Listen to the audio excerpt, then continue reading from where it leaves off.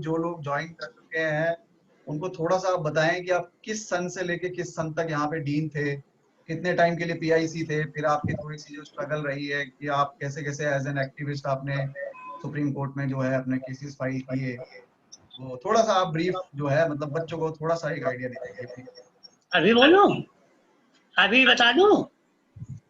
हाँ सर, हाँ थोड़ा सा मतलब मैं कह रहा हाँ हूँ ठीक है, बस आप ये बता ठीक दीजिए है कि भाई। कौन से सन से कौन से ऐसा सन तक। है, जनवरी 1974 में मैंने दिल्ली यूनिवर्सिटी ज्वाइन किया था। 23 जनवरी हाँ जी सर। 1974 at last centre 1। ठीक है। ठीक।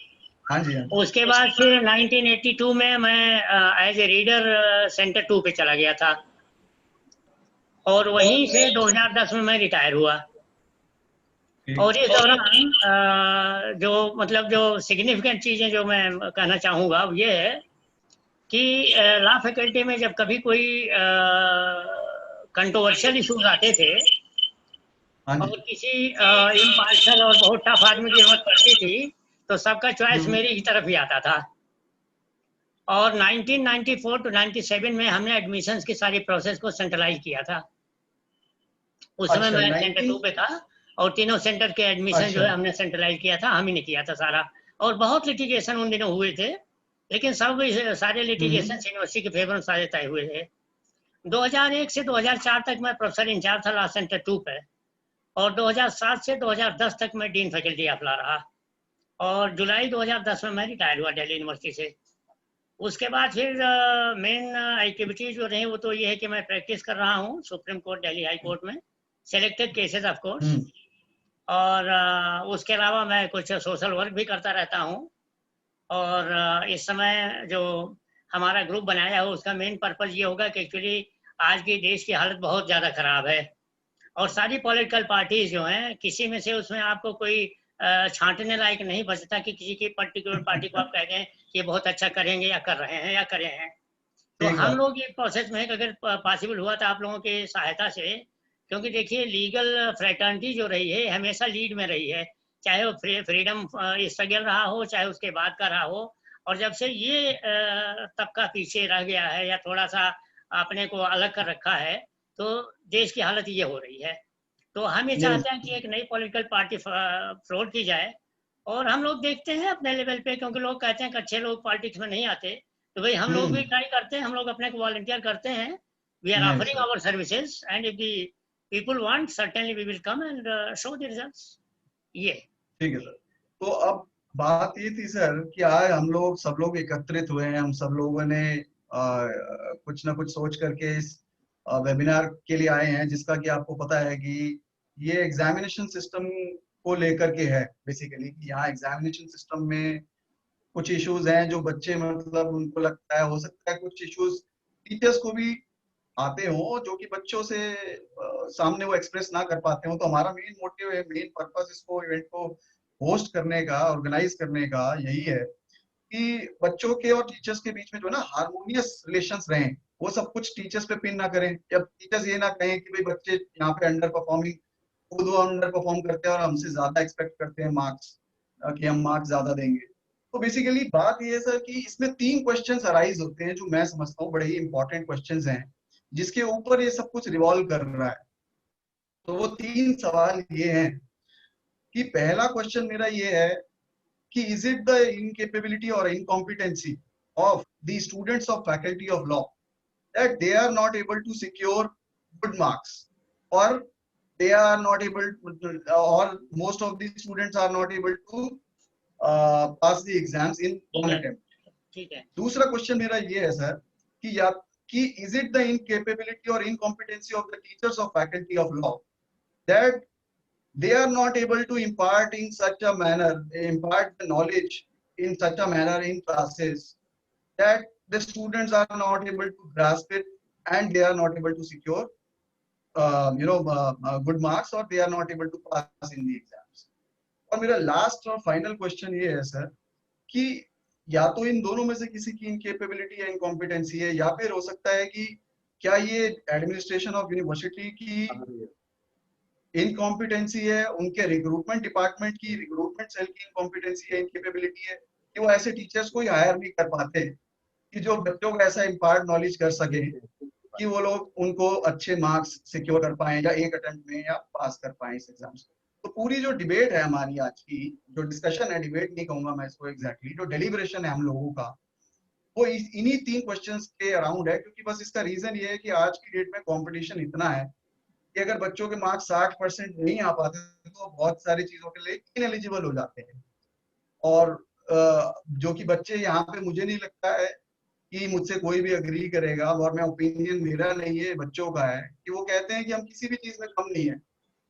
और यहाँ का बहुत ही टफ एंट्रेंस एग्जामिनेशन पेपर है, उसको क्रैक करके हम लोगों ने एंट्री पाई है। और जो लोग उसमें एंट्री नहीं पा पाए, जो लोग टफ इतना था कि वो लोग नहीं कर पाए, उनके मार्क्स दूसरी यूनिवर्सिटी में जाके हमसे ज्यादा आ रहे हैं। तो ये तो बड़ा ही कहीं ना कहीं कुछ तो गड़बड़ है कि वो वहां जाके 70% 80% मार्क्स ला रहे हैं। फॉरेन यूनिवर्सिटीज में वो लोग एलिजिबल हैं, बैंक के पेपर्स के लिए वो एलिजिबल हैं, पीएसयू के लिए वो एलिजिबल हैं, और यहाँ के बच्चे उनसे ज्यादा नॉलेज होने के बाद भी इनएलिजिबल रेंडर कर दिए जाते हैं। तो आज का बस ये छोटा सा मेरा ये था, और बाकी I am just handing it over to mister Vedansh Pandey, who is also a host with me. तो ओके, तो बस सर मैं अब थोड़ा इस सा आपसे बस यही था, थोड़ा सा आइडिया। ओके सर, अब हम इस वेबिनार को ऑफिशियली स्टार्ट करते हैं। तो आप सभी को हमारा प्रणाम एंड आप सब यहाँ आए बेसिकली। एंड हमारा जो टॉपिक है वो है कि questionable examination system and evaluation pattern of university of law faculty specially. And here, this is the first series which we are doing in a theme that is of restructuring of law faculty. So it is a theme of restructuring of law faculty, and we are doing our first series on this, on examination issues.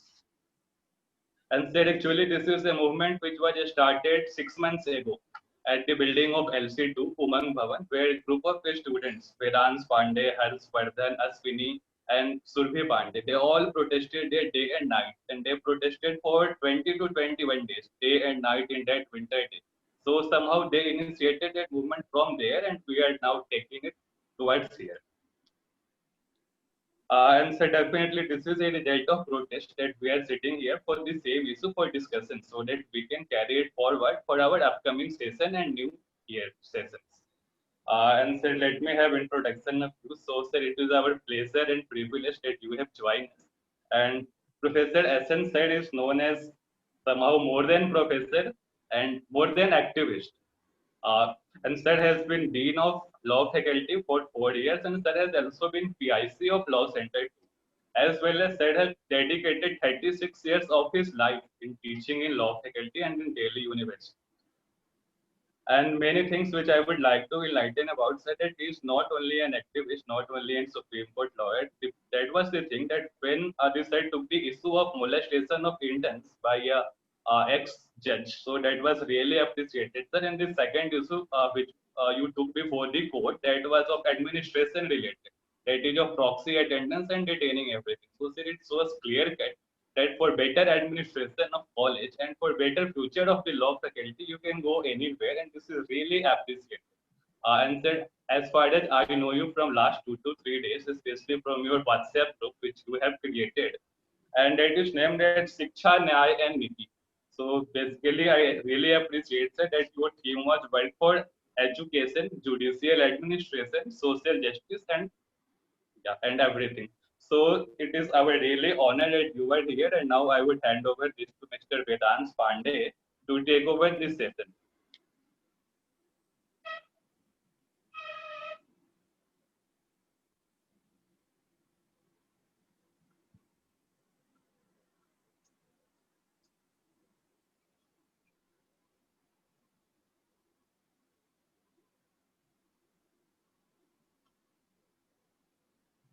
Is he available? Yes, yes, yes. Yes, I welcome you all. Viraj, इसको hello, Am I audible? Yes yes, but echo बहुत ज्यादा है। आप अपने computer की या तो आवाज जो है उसको कम कर लो थोड़े टाइम के लिए। मैं कर रहा हूँ। Just 5 minutes. I am just working on the line. ठीक। ओके सर, जब तक आप कुछ बातें कीजिए हमसे, आप हमारे बीच आए।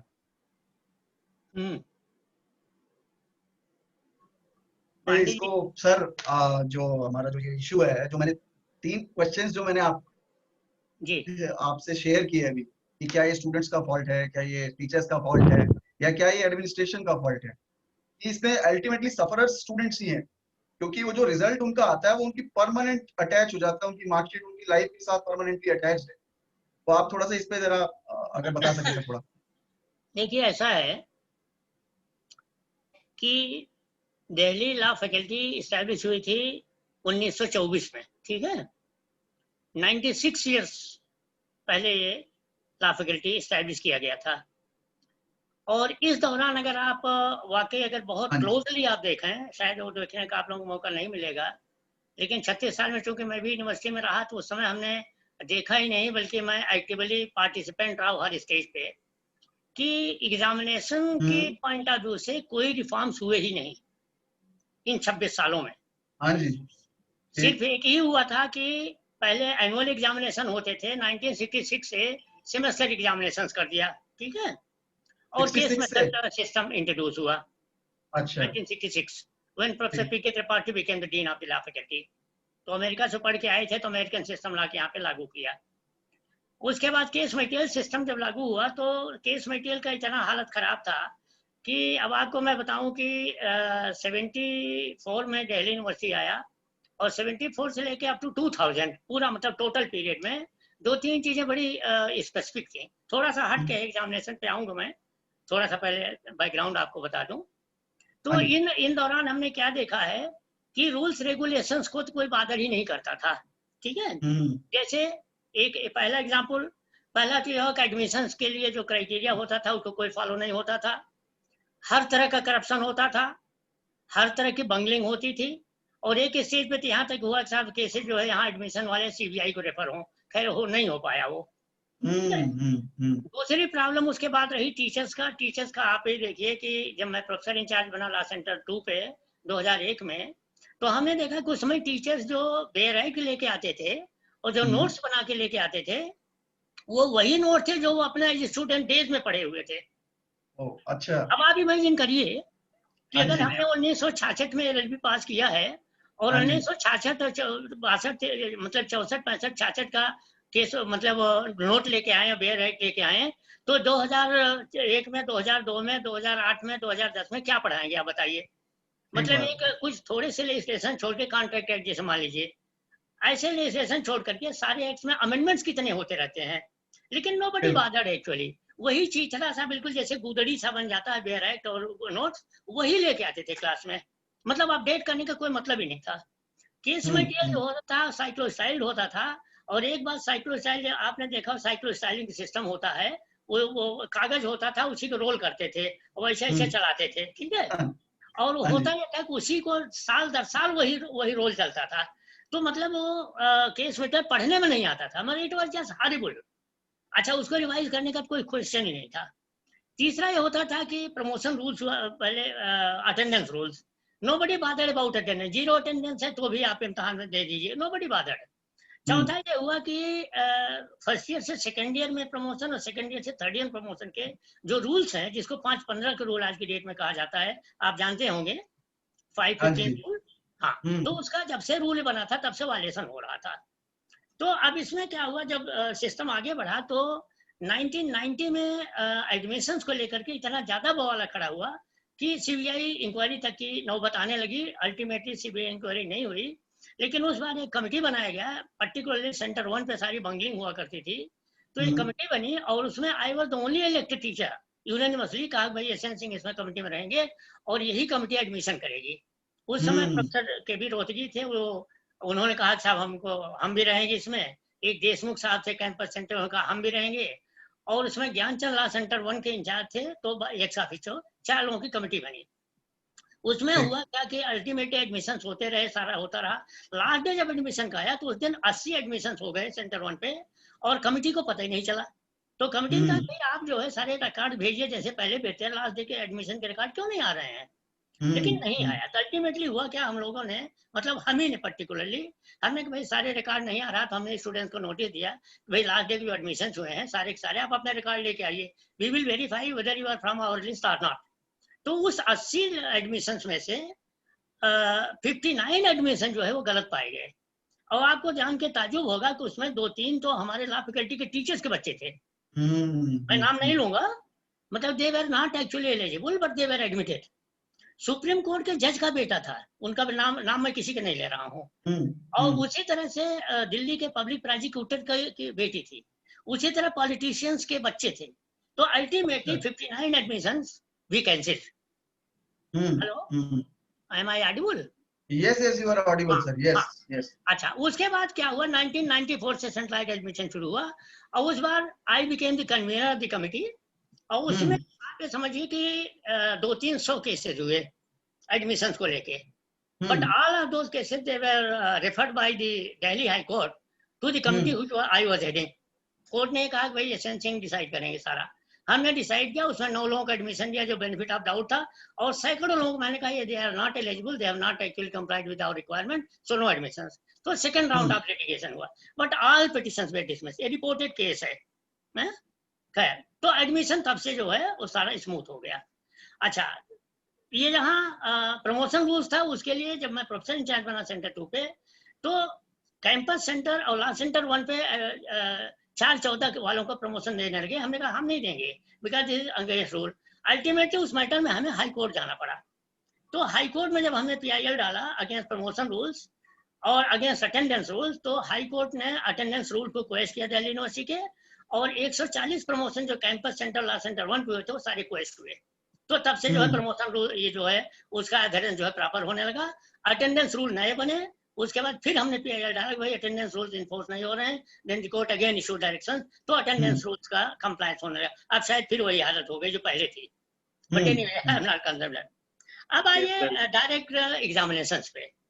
आपको ये बता दूं कि कुछ हमने अपने पर्सनल एक्सपीरियंस का आधार बताऊंगा, मैं अपना सुझाव भी बताऊंगा आपको। ये बात सही है कि हमारे स्टूडेंट लॉ फैकल्टी के they are best cream, but the fact is that they don't even become eligible for applying for post, क्योंकि उनके मार्क्स कम है। हाई कोर्ट, सुप्रीम कोर्ट जजेस कभी हमारे स्टूडेंट्स को अपने जो है इंटर्नशिप पे नहीं रखते, वो नेशनल हाई स्कूल के बच्चों को लेते हैं। तो हमारे बच्चे तो कहीं के नहीं रहे ना इधर। Hello sir, am I audible? Yes, you are audible. What about me? Yes, yes, you are audible, sir. हाँ, तो आपको ये बताऊं कि ये इवेल्युएशन की जो प्रॉब्लम है, जो स्टूडेंट्स को मार्क्स नहीं मिल रहे हैं, उसमें कई खामियां हैं, और उसमें कुछ चीजें मैं उसमें पॉइंट आउट करूंगा अपने पर्सनल एक्सपीरियंस से भी लॉ फैकल्टी में होने के नाते। पहला तो एक देखिए, कुछ टीचर हैं जिनका तो ये होता है कि साहब वो 60% से नीचे शुरू ही नहीं करते। एक हमारे प्रोफेसर माता दीन हुआ करते थे, तो उनका इवेल्युएशन सिस्टम ये था कि 60 नंबर से कम से शुरू।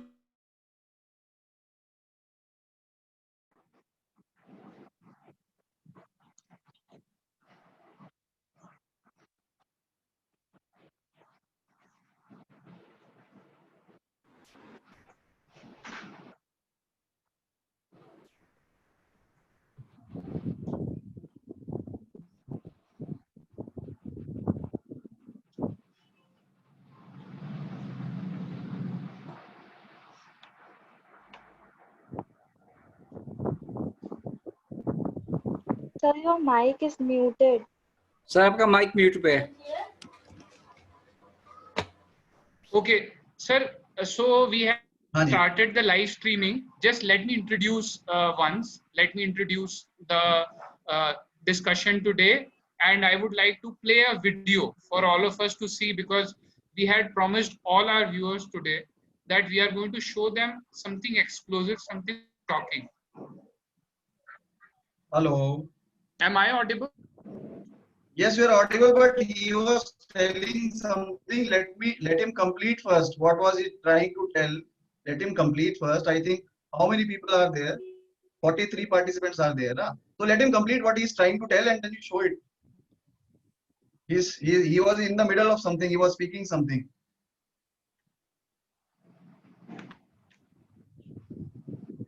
Hello. Okay, SN sir, please unmute yourself. You are muted. You have to click on your mic to unmute yourself.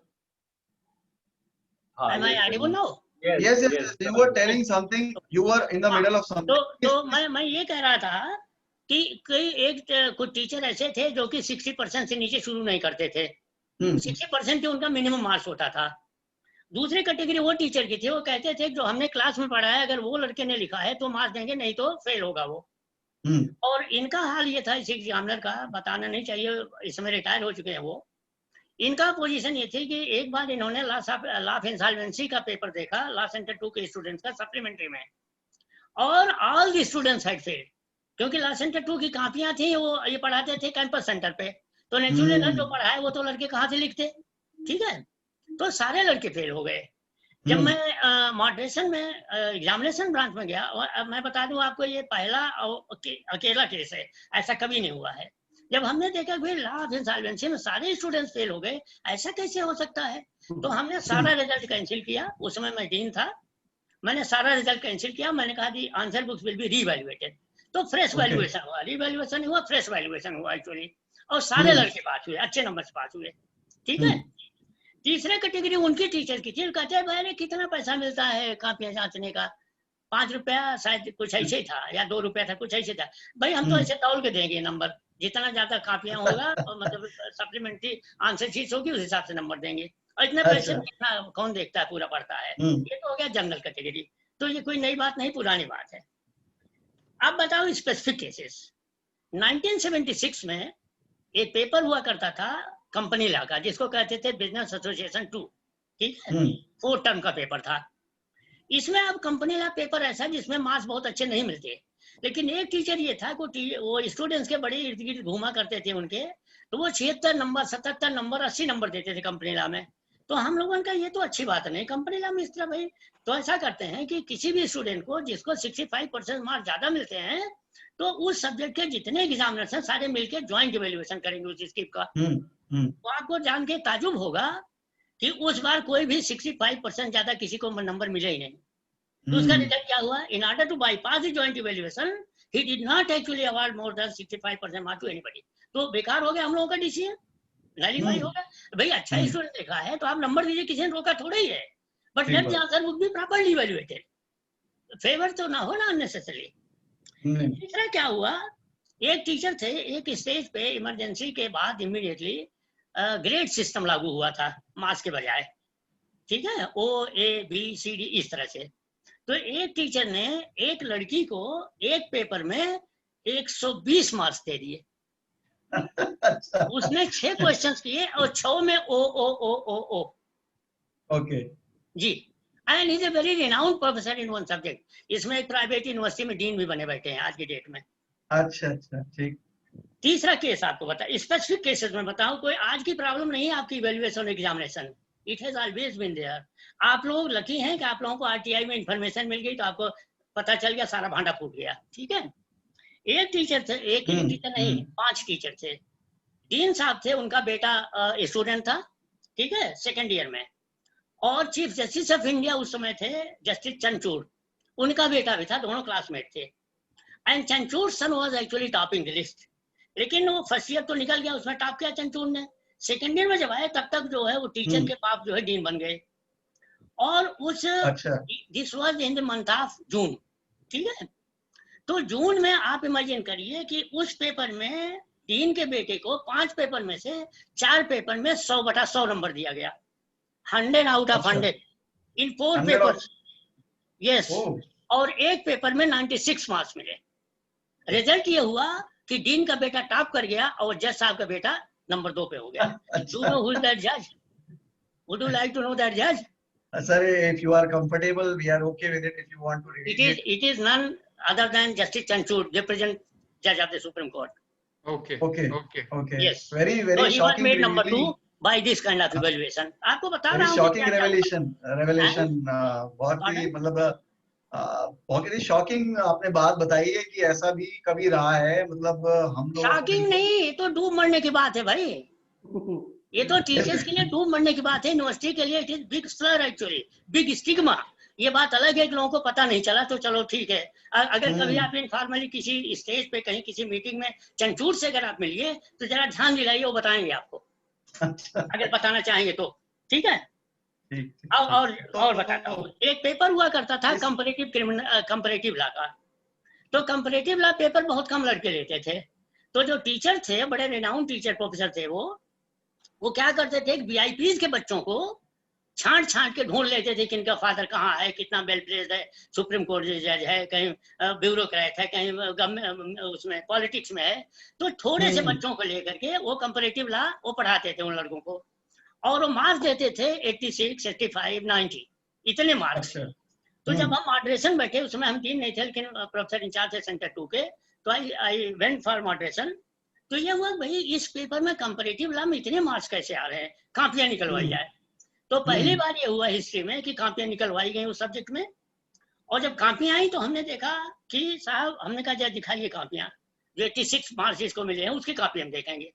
तो देखा तो उसमें क्या हुआ कि एक क्वेश्चन में उस लड़के को 16 मार्क्स मिले हुए थे, ठीक है। अच्छा, उसके बाद और क्वेश्चन उसी स्टूडेंट के और भी क्वेश्चन देखे, तो हमने कहा कि ये जो मार्किंग हुई है इस कॉपी में, इसमें पहला क्वेश्चन तो ठीक है टीचर ने अपने हाथ से किया, क्योंकि I was well aware about his hand writing. वो ऐसी हैंड राइटिंग उनकी थी, कोई कॉपी नहीं कर सकता था, ठीक है। वो बिल्कुल कौवे के पंजे की तरह लिखते थे। अच्छा, तो रिजल्ट ये हुआ कि एक क्वेश्चन उन्होंने मार्क किया, मतलब सिर्फ नंबर दे दिया, देखा नहीं क्या लिखा है, और 4 क्वेश्चन उसके किसी और हैंड राइटिंग किसी और ने मार्क कर रखा है, और यही हालत सारी कॉपियों में निकली। Can you imagine? somebody else gave the marks, not the examiner. तो हम लोगों ने क्या किया, हमें क्या लिए क्या हुआ कि या तो कहे भाई फिर से इवैल्यूएशन करवाएं, नहीं तो हमने ये किया कि उनके जो स्टूडेंट्स के नंबर और पेपर्स में थे उसको देखते हुए 10% मार्क्स हमने कम किए सबके। ये नहीं चलेगा, दिस इज टू मच। तो फिर भी 86 वाले 76 तो फिर भी रहा ही, लेकिन कोई बात नहीं, कुछ तो उसमें फर्क पड़ा। अच्छा, इंसॉल्वेंसी में आपको ऑलरेडी बता चुका हूँ। सवाल ये है कि इस तरह की वैल्यूएशन कोई नई बात नहीं रही है, हमेशा ही रही है। उसका रीजन ये है कि देयर इज नो अकाउंटेबिलिटी। कोई ये पूछने वाला नहीं है कि जो एग्जामिनर ने मार्क्स दे दिए उसको आप कहीं क्वेश्चन कर सकते हैं या नहीं क्वेश्चन कर सकते। This is the greatest flaw in the whole system. हमारा कहने का मतलब ये है कि देखिए, अगर आपको याद होगा जब स्कूल में पढ़ते थे तो तिमाही और छमाही इम्तहान होता था, 3 मंथ्स पे 6 मंथ्स पे, और एग्जामिनर्स जो है कापियां देखने के बाद मास्टर जी कापी दे देते थे लड़कों को, ये लो देखो अपनी कापी देखो। बिल्कुल ठीक। और लड़का जो है दौड़ के, देखिए साहब मास्टर जी आपने तो इसको इतने नंबर दे दिया, हमको तो इसमें कम दे दिया, हमारा ये लिखा हुआ है। मतलब they used to compare, at least satisfaction would be there. Why don't you return the answer books to the students? देखें वो क्या दिक्कत है। आपने कापी सीट से देखा नहीं देखा, कोई क्वेश्चन मार्क किया नहीं किया, लेट द स्टूडेंट सी। और बढ़िया तो होगा कि स्टूडेंट पे आप कंपेयर करेंगे लोगों के साथ में, उससे पता चलेगा कि उसकी मार्किंग ठीक हुई है कि नहीं हुई है। तो आज तक मेरा तो व्यू यही है कि evaluation is highly subjective, it is too arbitrary, discriminatory, vindictive, और इसमें मूलभूत परिवर्तन होना ही चाहिए। और उसका सबसे अच्छा तरीका यह है कि लड़कों को इवैल्यूएशन के बाद कापियां वापस कीजिए, and let the students, if they are able to convince you, you can reevaluate the answer book outright सबकी कापियों को। ये तो एक हुआ। दूसरा क्या हुआ कि हमने एज ए प्रोफेसर बीच में मैं सर आपको इंटरप्ट करूंगा 1 मिनट के लिए। सिर्फ जो आपने बात कही कॉपी देने की, ये कई जगहों पे ऑलरेडी फॉलो होता है, कई जगह एनएलयूज में भी फॉलो होता है, बहुत अच्छी प्रैक्टिस है ये, और स्कूल्स में भी ऐसा होता था। अब बात ये है कि सर जो आपने बातें बोली कि ये सब कुछ आर्बिट्रेरी है, हम ये बात दिखाना चाहते हैं यहाँ पे कि जो आप कह रहे हैं ये एक्चुअल में आर्बिट्रेरीनेस क्या है, कैसे है। तो हमारे पास कोई आंसर स्क्रिप्ट है किसी की, और वो हम अभी यहाँ पे सबको शो करना चाहते हैं कि जो आपने बात कही है एक उसमें कितनी सच्चाई है, और वो अपनी आंखों से उस चीज को देख सकें कि क्या आर्बिट्रेरीनेस, किस तरह की आर्बिट्रेरीनेस एक्सरसाइज की जाती है। ठीक है सर? बिल्कुल बिल्कुल। तो आज हमने सभी अपने दर्शकों को सर बताया था कि हम उन्हें कुछ एक ऐसी बड़ा एक्सपोज करने वाले हैं, क्योंकि यूनिवर्सिटी बड़ी आसानी से बच्चों को उनकी कॉपी देती नहीं है। ये सुप्रीम कोर्ट का भी जजमेंट है, ये हाई कोर्ट का भी जजमेंट है, ये सेंट्रल इंफॉर्मेशन कमीशन का भी जजमेंट है कि कॉपी दी जानी चाहिए। लेकिन जब बच्चा कॉपी मांगता है तो 30 दिन बाद उसको रिप्लाई आता है कि आप एक काम करिए, आरटीआई में आप कॉपी मत लीजिए, आप एक काम करिए यूनिवर्सिटी के काउंटर पे जाके अपनी अर्जी दे दीजिए। फिर बच्चा जब काउंटर पे अर्जी लगाता है तब उसे ये कहा जाता है कि भाई 3 महीने हो गए और तुम्हारी कॉपी श्रेड कर दी गई है, तो अब कोई रिकॉर्ड नहीं बचा। लेकिन इसके बाद भी हमने एक कॉपी बड़ी मुश्किल से निकाली है और वो कॉपी अब हम सबको दिखाना चाहेंगे। तो सर आपकी परमिशन से ये कॉपी मैं ये कॉपी दिखा रहा हूँ। जी ये सर, ये शेयरिंग स्टार्ट हो गई है और ये अब चलेगा।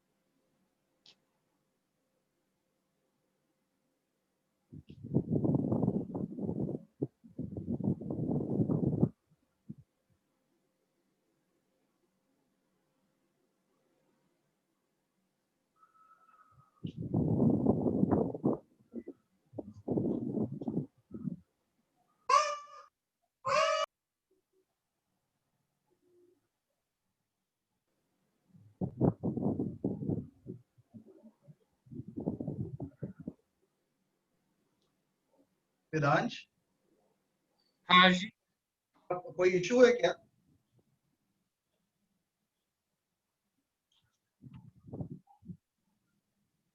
Is there any issue? Technical issue? नहीं ये अभी शेयर नहीं। Okay, then Was it please. shared? No, sir. Please say it again, भैया. Please say Okay, it. I am sharing again. There is some issue. Just give me a moment. Okay. Because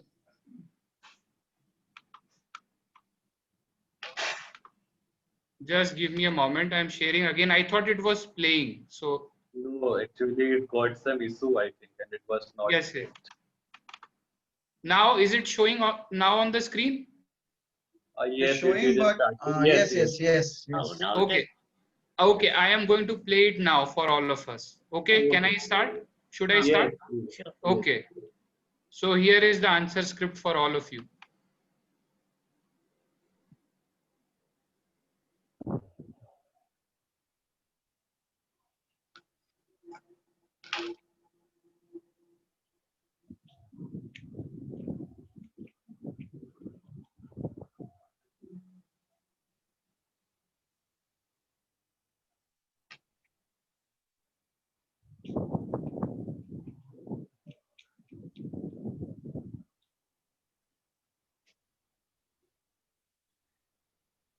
Environmental law. Okay.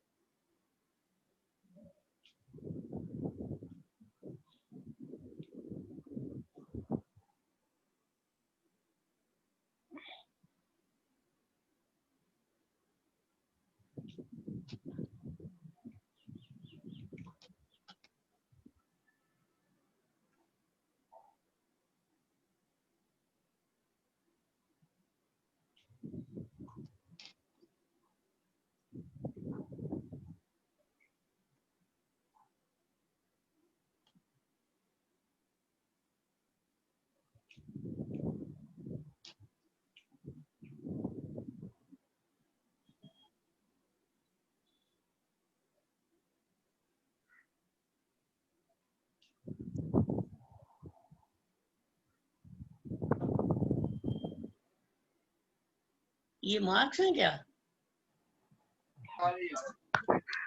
Sir आवाज नहीं आ रही। ये marks है तो गोले में दिया हुआ मार्क्स है ये? सोलर सिस्टम जैसा लग रहा है सर कुछ। ओके। ये मार्क्स है सर, 000 लिखा हुआ है एक्चुअल में। फर्स्ट पेज पे है मार्क्स। एक second, just hold on. Signature candidate,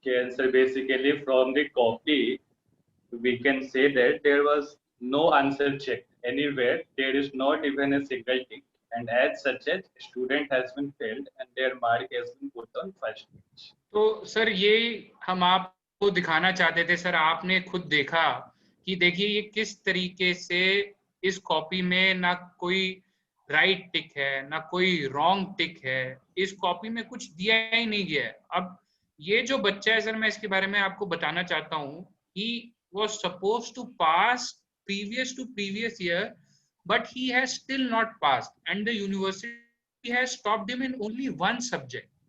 इसके कारण सर उसका बार काउंसिल में एनरोलमेंट रुका हुआ है। तो सर अब हम आपसे जानना चाहते हैं सर, आपका क्या ओपिनियन है, क्या ये कॉपी सही तरीके से जची है कि गलत तरीके से जची है? नहीं, इसमें इंडिकेशन कुछ नहीं लग रहा, कॉपी देखी भी गई है। To very frank, this is not the way to actually evaluate the answer book. कम से कम उसमें चलते समय, क्योंकि जिस समय कॉपियां देखी जाती हैं तो अपने आप ही जो है पेन और पेंसिल जो है वो कहीं न कहीं मार्क करती चलती है। यहाँ गलत हो गया, गोला बना देंगे, या जहाँ बहुत अच्छा लगे टिक मार्क कर दें। कुछ न कुछ मार्किंग तो अपने आप होती रहती है नेचुरल वे में। जी। अब सर इसमें मैं एक बात और कहना चाहता हूँ, अब इस बच्चे ने कॉपी अपनी ले ली, इसको पता चल गया कि उसकी कॉपी जची नहीं है, तो he goes to the university and he applies for revaluation. He says, reevaluate my copy because you have not checked my copy. So then the university tells him, actually there is no rule for revaluation.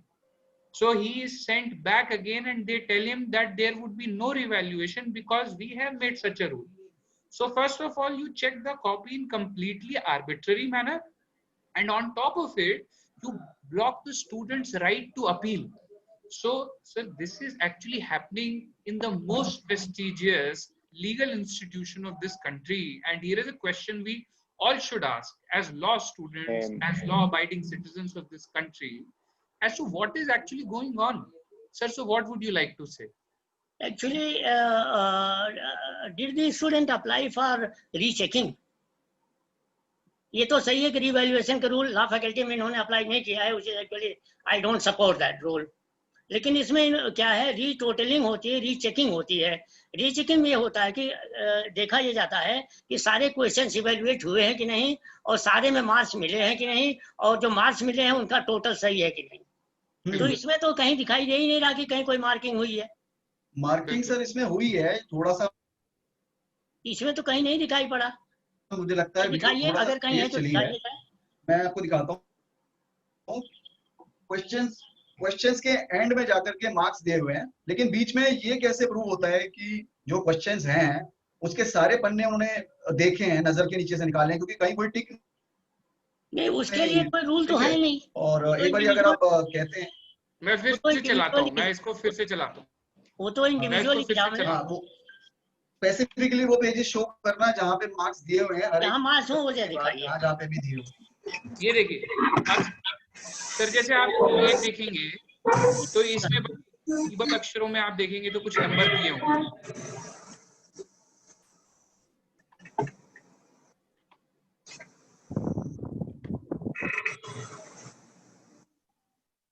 Sir दिख रहे हैं marks, देखेंगे sir आप left hand side हुआ है। हाँ, talking about this on the left side. Yes sir, I will just let me just scroll the page. I am scrolling it for you sir, just a moment.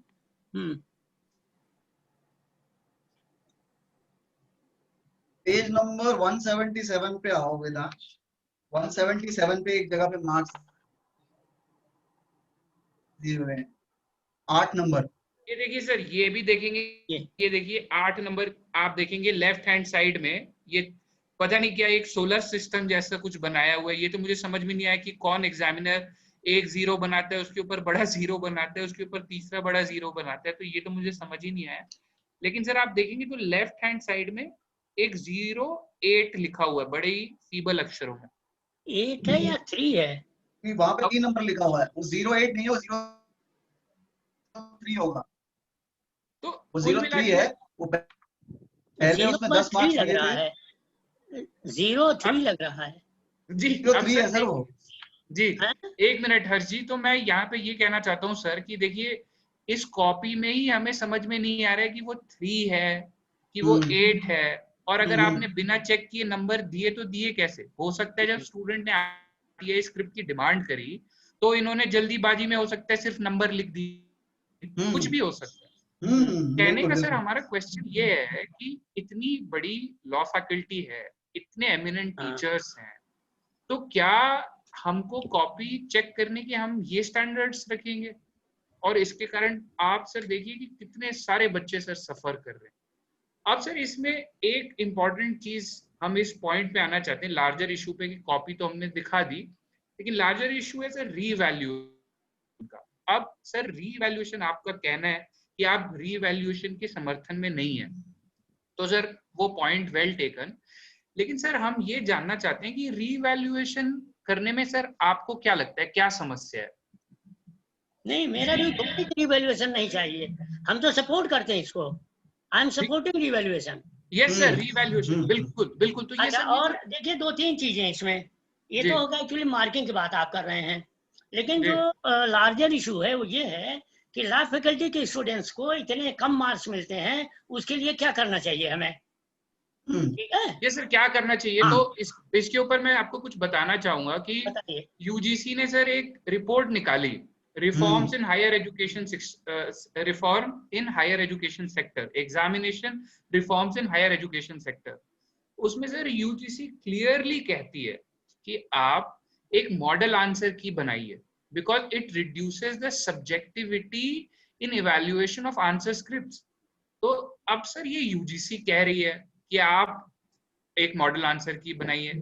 अब sir model answer की बनाने से क्या होगा कि when you have given the answer already, suppose a student matches your expectation, then you ought to give them the requisite marks. Right. But strangely, probably this is the reason why they are not even creating the model answer key. Yes. Now, here is a point, sir. This is what we have been discussing for the largest period of time, that there are hundreds of evaluators in the university, and each evaluator is going to his or her subjective idea of evaluating the student. Now, if there is no standard base to check the copies, so the marks which students are getting, it's just a luck factor, because my copy will go to probably a strict teacher. My friend's copy will go to probably a liberal teacher. On top of it, there is absolutely no accountability because you are not even sharing the copy. So all these evaluation best practices, they need to be studied and they need to be implemented in law faculty as soon as possible. This is our point, that why are you not emulating, let's say, National Law University of Delhi? अब sir हमने court में affidavit हमको Delhi university का मिला कि हमने बोला कि भाई आप मॉडल आंसर की आप क्यों नहीं दे रहे हैं, तो उनका ये कहना है कि this will actually jeopardise the creativity of student. And we were so surprised by this answer, that how can you be actually killing the creativity of the student if you have certain expectation? UGC per se is saying create model answer key. How is it going to affect the creativity of the student? And for a moment, even if your argument is creativity, so if there is creativity, creative people need to be rewarded higher to sustain their creativity. Now, all you are doing is that you are giving all the students marks in a range of 10 to 15 marks. So the topper is securing 64-65%. The average student is securing 55%. So in each question, because there are only 5 questions which comes in the faculty's paper, so the topper is scoring only 3 more marks than the average student. So is it really the way to evaluate student? And the question here is, I would not take a lot of time, but I would just like to remind our viewers, sir, that Bar Council of India has framed certain regulations for the conduct of legal education. The Rule 8C of the Bar Council of India Rule Legal Education says that a law university has to prepare a criteria for evaluation, and the same has to be sent to the Bar Council. अब हमारी university के पास sir law faculty के पास bar council का affiliation ही नहीं है, approval ही नहीं है. ये बात भी लॉ फैकल्टी ने बच्चों से छुपाई हुई है. तो ये मुझे लगता है सर ये कोई सिस्टेमिक प्रॉब्लम है. और मुझे ये भी लगता है कि मैं I would not mince my words and से that there are certain people inside the university who would like to continue with this, and that is why they are not bringing the change. So sir, I give the mic back to you and we would like to hear your views on this. नहीं देखिए, असल में अगर bar council of India के rules में requirement है, then why don't you ask the high court actually to issue directions to the university to do that? Let them comply with the bar council of India rules. Sir, we have already let them comply with the directions of UGC regarding model answer book keys. Sir, we have already filed a writ petition and we have already. But have you taken all these points? Yes, we have already prayed to the Honorable High Court of Delhi that these directions must be passed to the university, that whatever are the rules of Bar Council of India, they must be complied with by the University of Delhi. No, also, UG. Yes. That must be general prayer, na? Have you pointed out that these are things which they have not done? Yes, specifically yes, we have said it. Okay. Yes, we have specifically enclosed the report of the UGC committee. We have specifically enclosed the rule numbers of Bar Council of India Legal Education Rules 2008. Everything is on the record. So it is that we have already filed the petition. We are still waiting, but as you are very well aware of the already pending litigations in the courts, so it will definitely take some time for them also to, give appropriate directions in this case. देखिए ये तो आपने evaluation की बात की, लेकिन मेरा basic concern ये है कि why should not the students of Delhi Law Faculty get better marks than what they are getting now, other than evaluation part. LLM में भी यही प्रॉब्लम थी, ठीक है. तो जब मैं डीन था तो हमने जितने भी ऑर्डिनेंसेस थे एलएलबी एलएलएम के सारे हमने सब्स्टिट्यूट करके नए ऑर्डिनेंसेस बनवाए थे, ठीक है. और एलएलएम में हमने ये किया था कि हर पेपर में 25% मार्क्स जो होंगे उसके लिए स्टूडेंट जो है एक पेपर प्रेजेंट करेगा और उसका इवैल्यूएशन होगा. तो उसमें क्या होता था कि जो स्टूडेंट प्रेजेंट करता था 25% मार्क्स, उसमें नॉर्मल उसको 17, 18, 19, 20 मार्क्स मिलते थे, ठीक है. तो रिजल्ट ये हुआ कि उससे जो है almost everybody is coming up to 60 at least. Yes, nobody is less than 60. तो आप एलएलबी में भी क्यों नहीं इंसिस्ट करते? उसे एक तो आपका ये तो रिसर्च करने के लिए क्यों नेशनल स्कूल्स में क्या हो रहा है, वो डिसर्टेशन का सिस्टम डाल रखा है, वाइवा का सिस्टम डाल रखा है, उसमें मार्क्स वो एनहांस करते हैं. तो यहाँ पे आप लोगों के यहाँ वो क्यों नहीं होना चाहिए? Why don't you insist for this that let there be 25% for paper presentation or paper submission, and then let there be viva. There should be, say, out of 20 or 25 marks, the viva should be conducted. तो उससे एकदम फर्क पड़ेगा. उसमें कोई teacher ये नहीं कर सकता कि 25 में से इसको 5 नंबर दे दो, ऐसा नहीं होगा. उसमें 15 से कम किसी को भी नहीं मिलेगा, ये बता दूं आपको. तो ये सिस्टम से वाइवा का है, रिवैल्यूएशन होना चाहिए, रिटर्न ऑफ आंसर बुक्स होना चाहिए. अच्छा, एक सिस्टम होता था हमारे टाइम पे, पता नहीं अब हो रहा नहीं हो रहा है, ज्वाइंट इवैल्यूएशन का. जब कॉपियां आ जाती थी तो सारे एग्जामिनर, जैसे एक पर्टिकुलर पेपर में मान लीजिए 5 एग्जामिनर्स हैं, 5, तो 5 के लिए ज्वाइंट मीटिंग होती थी और ज्वाइंट मिल करके 5 से 10 कॉपियां इकट्ठे जांची जाती थी. उससे स्टैंडर्ड तय होता है कि भाई कॉपियां कैसे जांचनी है, कौन से केसेस किस तरह से होंगे तो क्या नंबर मिलेगा, अगर केसेस नहीं है तो क्या मिलेगा, अगर कोई इंस्टीट्यूटिव प्रोविजंस का रेफरेंस है तो कितने नंबर दिए जाए. इस तरह से एक सिस्टम वहां तय होता था. पता नहीं वो इस समय हो रहा है कि नहीं, मुझे नहीं लगता कि हो रहा होगा. ये सब अगर कर देंगे तो इससे बहुत फर्क पड़ेगा. लेकिन इंसिस्ट मेरा ख्याल है आप लोगों को करना है. जो कोर्ट बैठी लोग तो चलने दीजिए आप, कोई दिक्कत नहीं है, but you must ask also कि इसमें हम लोगों के लिए रिसर्च इनपुट होना चाहिए, इसमें कम से कम 25% का हर पेपर में. और दूसरा, हम लोगों का वाइवा जरूर कंपलसरी करिए. उससे एक तो बोलने की प्रैक्टिस होगी, और दूसरे से आपके मार्किंग में बहुत फर्क पड़ेगा, क्योंकि नेशनल स्कूल्स में यही इसी के वजह से लड़कों को इतने हाई मार्क्स मिल जा रहे हैं, और आप लोगों को कहीं आपका फर्स्ट डिवीजन मिलना भी मुश्किल हो जाता है। हमने बहुत कोशिश किया था और काफी इम्प्रूव किया भी था, और कितने में अब वैसे पता नहीं हमें बताना चाहिए, लेकिन हम बता देते हैं आपको कि हिंदी में जो स्टूडेंट्स कापियां लिखते थे उनकी हमेशा एलिगेशन होती थी कि साहब हम लोगों का इवेल्युएशन प्रॉपर नहीं होता, तो हिंदी कापियों का हम 2 बार इवेल्युएशन कराते थे, 2 टीचर्स अलग अलग इवेल्युएट कराएंगे और जो हाईएस्ट मार्क्स होगा वो हम एक्सेप्ट करेंगे, ये किया था हमने। तो ये चीजें कुछ एक तो आप लोग अपने ही लेवल पे करिए, वाइवा कराइए, रिटन पेपर्स कराइए, और जो लीगल बैटल रहे हो तो आप लड़िए ही, और रिवैल्यूएशन के लिए आप लोग कुछ मेरा ख्याल थोड़ा सा जोर लगाइए, तो कोर्ट नहीं करेगा ये। हाँ सर, नहीं वो भी ओके, तो वो सर सर मैं अब तो कोर्ट के ऊपर हमने पे रिवैल्यूएशन के लिए डाला हुआ है। बस सिर्फ 2 पॉइंट और इसमें आपसे बोलना चाहूंगा, then I will pass on जी द माइक टू अदर्स। पहला तो ये है कि सर आपके टाइम पे जैसे आपने बताया कि रूल्स जो थे इवैल्यूएशन के लिए इस तरह से पहले 4-5 कॉपीज जांचते थे, वो एक तरह से जिसको कहते हैं कि कैसे मार्किंग करनी है, वो एक तरह का एक मॉडल इवैल्यूएशन बन जाता था कि कैसे मार्किंग करनी है। बिल्कुल बिल्कुल। तो एक तो वो नहीं है अभी, और दूसरी चीज ये है सबसे इम्पोर्टेंट कि क्या उस टाइम पे were there any rules for cut रही आवाज, setting of question papers also? question papers again repeat it, please repeat it, not properly audible। मेरी आवाज आ रही है सर अब? हाँ अब आ रही, कट करके आई, पहले हाँ फिर से अब आ रिपीट रही है करिए। सर? हाँ हाँ मैं कह रहा हूँ कि क्या आपके टाइम पर कोई rules of setting of question papers थे?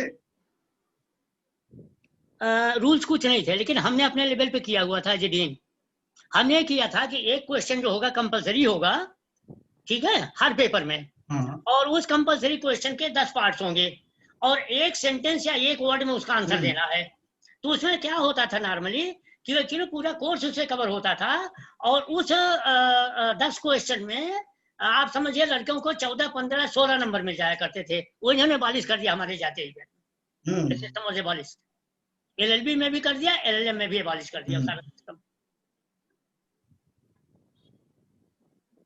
और आपकी जो ये बात है कि 25-30 मार्क्स एक तरह से, इनकी आवाज आ रही है सर? है हाँ आ रही है, बताइए।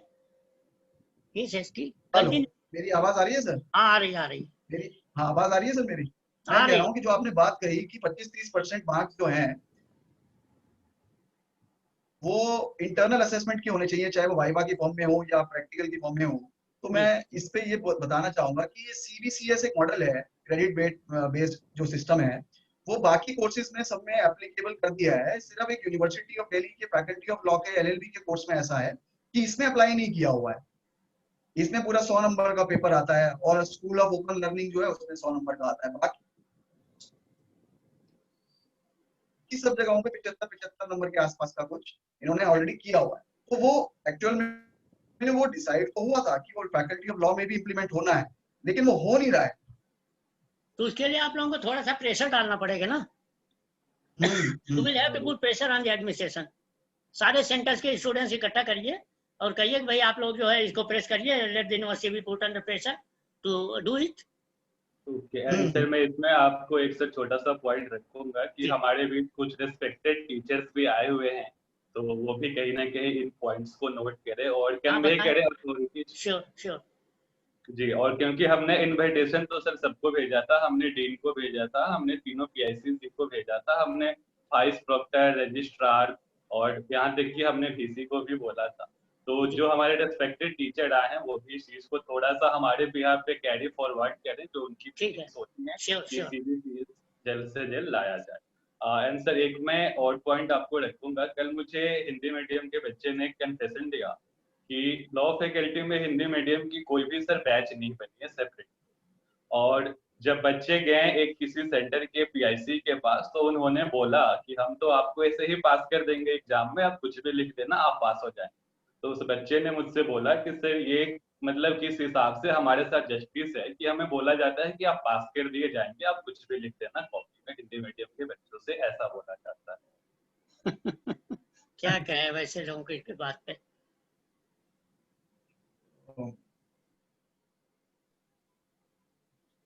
और हमारे वही है कि सर मतलब घूम फिर कर बात यही आती है। हमारे भी कुछ मीडिया के भी लोग हैं, प्रेस के लोग हैं, तो वो लोग भी इसको कॉलम कर रहे हैं, तो हमारा उनसे भी अनुरोध है कि प्रेस वाले लोग भी इन चीजों को नोट डाउन करें। सर बहुत अच्छी बातें बोल रहे हैं, उससे इम्प्लीमेंटेशन होना चाहिए, जो भी चीजें हैं वो खुल से। जी बिल्कुल। और अब मैं सर आपको कुछ और भी दिखाना चाहूंगा, एक बहुत बड़ा लैप्स, एक मेजर लैप्स जो एडमिनिस्ट्रेशन कर रहा है और जो स्टूडेंट्स को नहीं बता रहा है। मैं आपको ये बताना चाहूंगा कि सर 2019 में, अब मैं स्क्रीन पे शेयर कर रहा हूँ, 2019 में यूनिवर्सिटी में सर सीबीसीएस सिस्टम पास हो चुका है। ये देखिए सर, एक प्रोग्राम ब्रोशर भी बन चुका है सीबीसीएस सिस्टम के लिए। एक ये दूसरे कोर्सेज में इंप्लीमेंट हो चुका है, लेकिन मिस्टीरियसली सर, मिस्टीरियसली ये बच्चों को दिखाया ही नहीं जा रहा है कि ये सीबीसीएस सिस्टम पास हो गया। अब ये कहीं हम लोगों को सर ये नहीं समझ में आ रहा है कि इसे रोक कौन रहा है। आप जैसा कह रहे थे सर 25 मार्क्स इसमें होने चाहिए वाइवा के लिए और दूसरी चीजों के लिए, इसमें ये पूरा सिस्टम वैसे ही डिजाइंड है। लेकिन सर आप देखेंगे कि यहाँ पे आप देखिए कहीं पे भी ये सिस्टम ये अप्लाई नहीं कर रहे। सर समझने वाली बात ये है कि जब ये सारा इतनी एक standing committee university of Delhi की बनी हुई है, जिसने इतनी मेहनत करने के बाद सर आप देखेंगे कोर्स वाइज डिटेल सीबीसीएस के लिए बनाया हुआ है, किस तरीके से कोर्स आउटकम बनाए हुए हैं, ऑब्जेक्टिव्स ऑफ द कोर्स हम देख सकते हैं बनाया हुआ है, कंटेंट बनाया हुआ है। इसमें लिखा हुआ है the course will be conducted through lectures, presentations and discussions. और क्लासरूम टीचिंग होगी sir 52 classes, presentation discussion 12 classes. Sir इतने अच्छे से हमारे एक सिलेबस बना हुआ है, एक सीबीसीएस सिस्टम बना हुआ है, लेकिन ये इम्प्लीमेंट ही नहीं हो रहा है। तो सर बात ये है कि यहाँ पे मेजर मैं आपसे ये पूछना चाहूंगा कि ये इनर्शिया क्या आ गया है सर यूनिवर्सिटी में। ये जो इनर्शिया है, जो रिफॉर्म्स नहीं करने हैं, बच्चे कोई चीज लिखते हैं तो उनकी बात नहीं माननी है, ये सर एटीट्यूड आपको क्यों लगता है यूनिवर्सिटी के अंदर आ गया है? यूनिवर्सिटी क्यों अपने ही बनाए हुए रूल्स को फॉलो नहीं कर रही है, भारत सरकार के बनाए हुए कानून को फॉलो नहीं कर रही है, यूनिवर्सिटी हाई कोर्ट्स की भी बात नहीं सुनती है? तो सर ये जो एक एटीट्यूड आ गया है यूनिवर्सिटी के अंदर कि we are above the law, we are above the law of the land, and sir the situation is such, actually they are above the law of the land because they are deliberately violating all the rules, all the statutes. क्योंकि अब आपने ये बात छेड़ दिया है तो आपको ये बताऊं कि कोई नई बात लॉ फैकल्टी में नहीं रही है। मैं पहले भी आपको बताया था कि एडमिशंस में क्या हो रहा था। मैंने बताया कि 414 में प्रमोशन रूल्स का क्या हो रहा था, अटेंडेंस का क्या हो रहा था। 2 PIL तो हमको अटेंडेंस रूल्स और प्रमोशन रूल्स के लिए फाइल करने पड़े, ठीक है जी। उसके बाद आपको इमेजिन करिए कि इस समय जहाँ पे आप उमंग बिल्डिंग में रह रहे हैं, आपको पता उमंग बिल्डिंग कैसे मिली है? बीसीआई सर, बीसीआई की जी। No, it is because of PIL filed by me. ये शायद लोगों ने बताया नहीं आपको। यस सर, किसी ने नहीं बताया sir. I filed a PIL in High Court saying that the 2 centers are running in rented, उस समय रेंटेड बिल्डिंग में हुआ करता था। सेंटर 2 वहां था और मंदिर मार्ग पे दूसरा था। तो हमने कहा था कि इतने दिन से हो रहा है, इनके बिल्डिंग दीजिए। तो अल्टीमेटली तीनों सेंटर के लिए बिल्डिंग का पहले लैंड अलॉट हुआ था ढाका विलेज पे। उसके बाद अल्टीमेटली इन्होंने नहीं बनाया। Then I filed contempt petition कि कोर्ट के कहने बावजूद भी इन्होंने नहीं किया। तो उस समय ये जो उमंग बिल्डिंग थी ये साइंस फैकल्टी के लिए बन रही थी। तो जब कंटेम्प्ट पिटीशन में जब इनको नोटिस मिल गया तो इनके डर के मारे इन्होंने इमीडिएटली बिल्डिंग दे दिया लॉ फैकल्टी को। How you got the building. Teachers के अपॉइंटमेंट का आपको पता है कि मुश्किल से 25 परमानेंट टीचर थे, सारी वैकेंसीज खाली थी, 250 पोस्ट खाली थी। आई filed petition for that purpose और 2018 में आपको मालूम होगा 126 असिस्टेंट प्रोफेसर अपॉइंट हुए थे। It is because of the PIL I file. तो कोई नई बात इनके लिए नहीं है, हमेशा यही रहता है। और मैं बताऊं 36 साल के टाइम पे कम से कम आधे दर्जन से ज्यादा PIL तो मैंने यूनिवर्सिटी के खिलाफ खुद फाइल किए, sometimes dean, sometimes as professor incharge. जी जी जी सर। तो अब लेकिन सर यहाँ पे प्रश्न ये मेरे हिसाब से ये उठता है सर, आपने इतनी लंबी लड़ाई लड़ ली और अभी भी आप सर इस एज में सर हम लोग तो आपको सल्यूट करते हैं कि आप इतनी सर एनर्जी के साथ सर ये सारी बातें कर रहे हैं, हमें बता रहे हैं। लेकिन ये यूनिवर्सिटी सर जो है कि बार बार उसी ढर्रे पे वापस आ जाती है। आपने इतनी पिटिशन डाली, उसके बाद और लोगों ने भी जो थोड़ी बहुत पिटिशंस डाली, लेकिन यूनिवर्सिटी के अंदर हाई कोर्ट के कहने के बाद ये मान तो जाते हैं, लेकिन फिर वापस अपने पुराने ढर्रे पे आ जाते हैं। कोई अकाउंटेबिलिटी किसी की नहीं है ना। तो सर ये कैसे बनाई जाएगी अकाउंटेबिलिटी? कोई देखो, टीचर कोई क्लास में जाए ना जाए, क्लास पढ़ाए ना पढ़ाए, is he accountable? Nobody is bothered actually. That is the whole difficulty. लेकिन टीचिंग कम्युनिटी ऐसी है जो सबसे सेल्फ डिसिप्लिन मानी जाती है जी। लेकिन आज की डेट में टीचर्स का कोई सेल्फ डिसिप्लिन नहीं। आज की डेट में by and large teachers are interested only in getting a permanent appointment, in getting their promotions, in getting their PhD degree, that's all. तो वो अकाउंटेबिलिटी अब नहीं रही, अपने आप लोग समझने को राजी नहीं है। तो उस केस में तो देखिए, मैं तो ये कहूंगा कि आप लोग कोर्ट गए, बहुत अच्छी बात है, लेकिन कोर्ट ही सब कुछ नहीं कर पाएगा।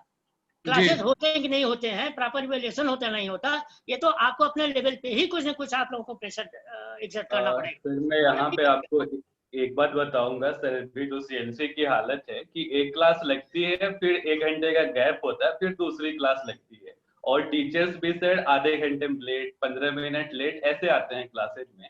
और सर जो आपको मैं बता दूं, एक टीचर ने क्या किया, जब मैं डीन था, उसने अपने 2 सेक्शंस को कंबाइन कर लिया।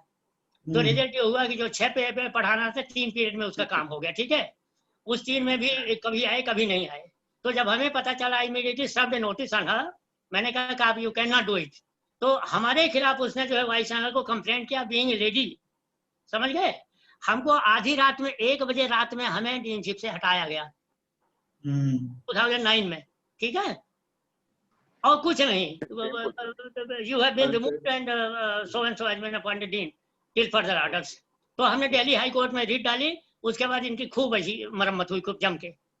Then I came back. तो ये कोई नई बात नहीं, तो ये तो हमेशा ही आप मतलब आप समझिए कि it was very tough for me, but throughout I fought with them and I won every battle. Sir मैं आपको बोलूंगा कि हमारा देश कहीं ना कहीं जहाँ पे गुरुओं का परिभाषा दिया जाता है, द्रोणाचार्य, और तो मैंने एक टीचर को बोला तो उन्होंने मुझे क्लियरली बोला, you can not ask me, go and ask university why I am late. You can only make party, but you have to ask to university. So sir, that was even disappointing for me कि teacher का ऐसा behave. और sir जो हमारे आज के students हैं वो Can I ask one question? मतलब नहीं रखते, तो कहीं ना कहीं मुझे ये यूथ से भी बहुत ही डिसअपॉइंटेड होता है। मैं क्लास में पूछता हूँ, ma'am you were late, ma'am this is not fair, students are waiting, you have to be on time. तो मैं देखता हूँ कहीं ना कहीं हमारे स्टूडेंट्स भी इन चीज को कभी नहीं पूछते। तो ये भी वो 1970s में एक टीचर हुआ करते थे, तो अटेंडेंस लेते थे, सिर नीचे किए, रोल नंबर 1 यस सर, और लड़के जैसे बोलते जाए वैसे क्लास से बाहर निकलते चले जाए। ठीक है, और जब लास्ट रोल नंबर कंप्लीट हो जाए अटेंडेंस, तब वो बंद करें कि ओ क्लास इज ओवर। तो ऐसा नहीं कि कोई ऐसा, लेकिन ऐसे टीचर्स बहुत कम हुआ करते थे। एक टीचर थे, जब जाए क्लास में हमेशा खांसे, my throat is not, I am not well, और मतलब पूरा लाइफ ऐसे निकल गया। लेकिन ज्यादातर टीचर, मैं आपको बताऊं, बहुत अच्छे थे, मतलब एक्सेप्शनली ब्रिलियंट टीचर्स। आज की डेट में आप लेवल आप बता दें, पीएचडी के जैसे ले लीजिए आपको।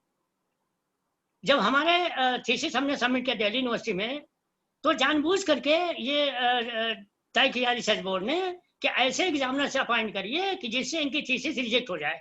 ठीक है, मतलब उस समय की बात बता रहा हूँ, because I was fighter throughout. तो इन्होंने 2 एग्जामिनर तो हार्वर्ड लॉ स्कूल से अपॉइंट कर दिया। ठीक है, professor Cox and professor Stephen Breyer, और एक लंदन स्कूल ऑफ इकोनॉमिक्स से प्रोफेसर प्रोफेसर वैलेंटाइन कोरा, और एमआरटीपी के कमीशन इंडिया के। लेकिन वहां से इतनी बढ़िया रिपोर्ट आई कि हक्का बक्का रह गए लोग, रिजेक्ट होने के बजाय।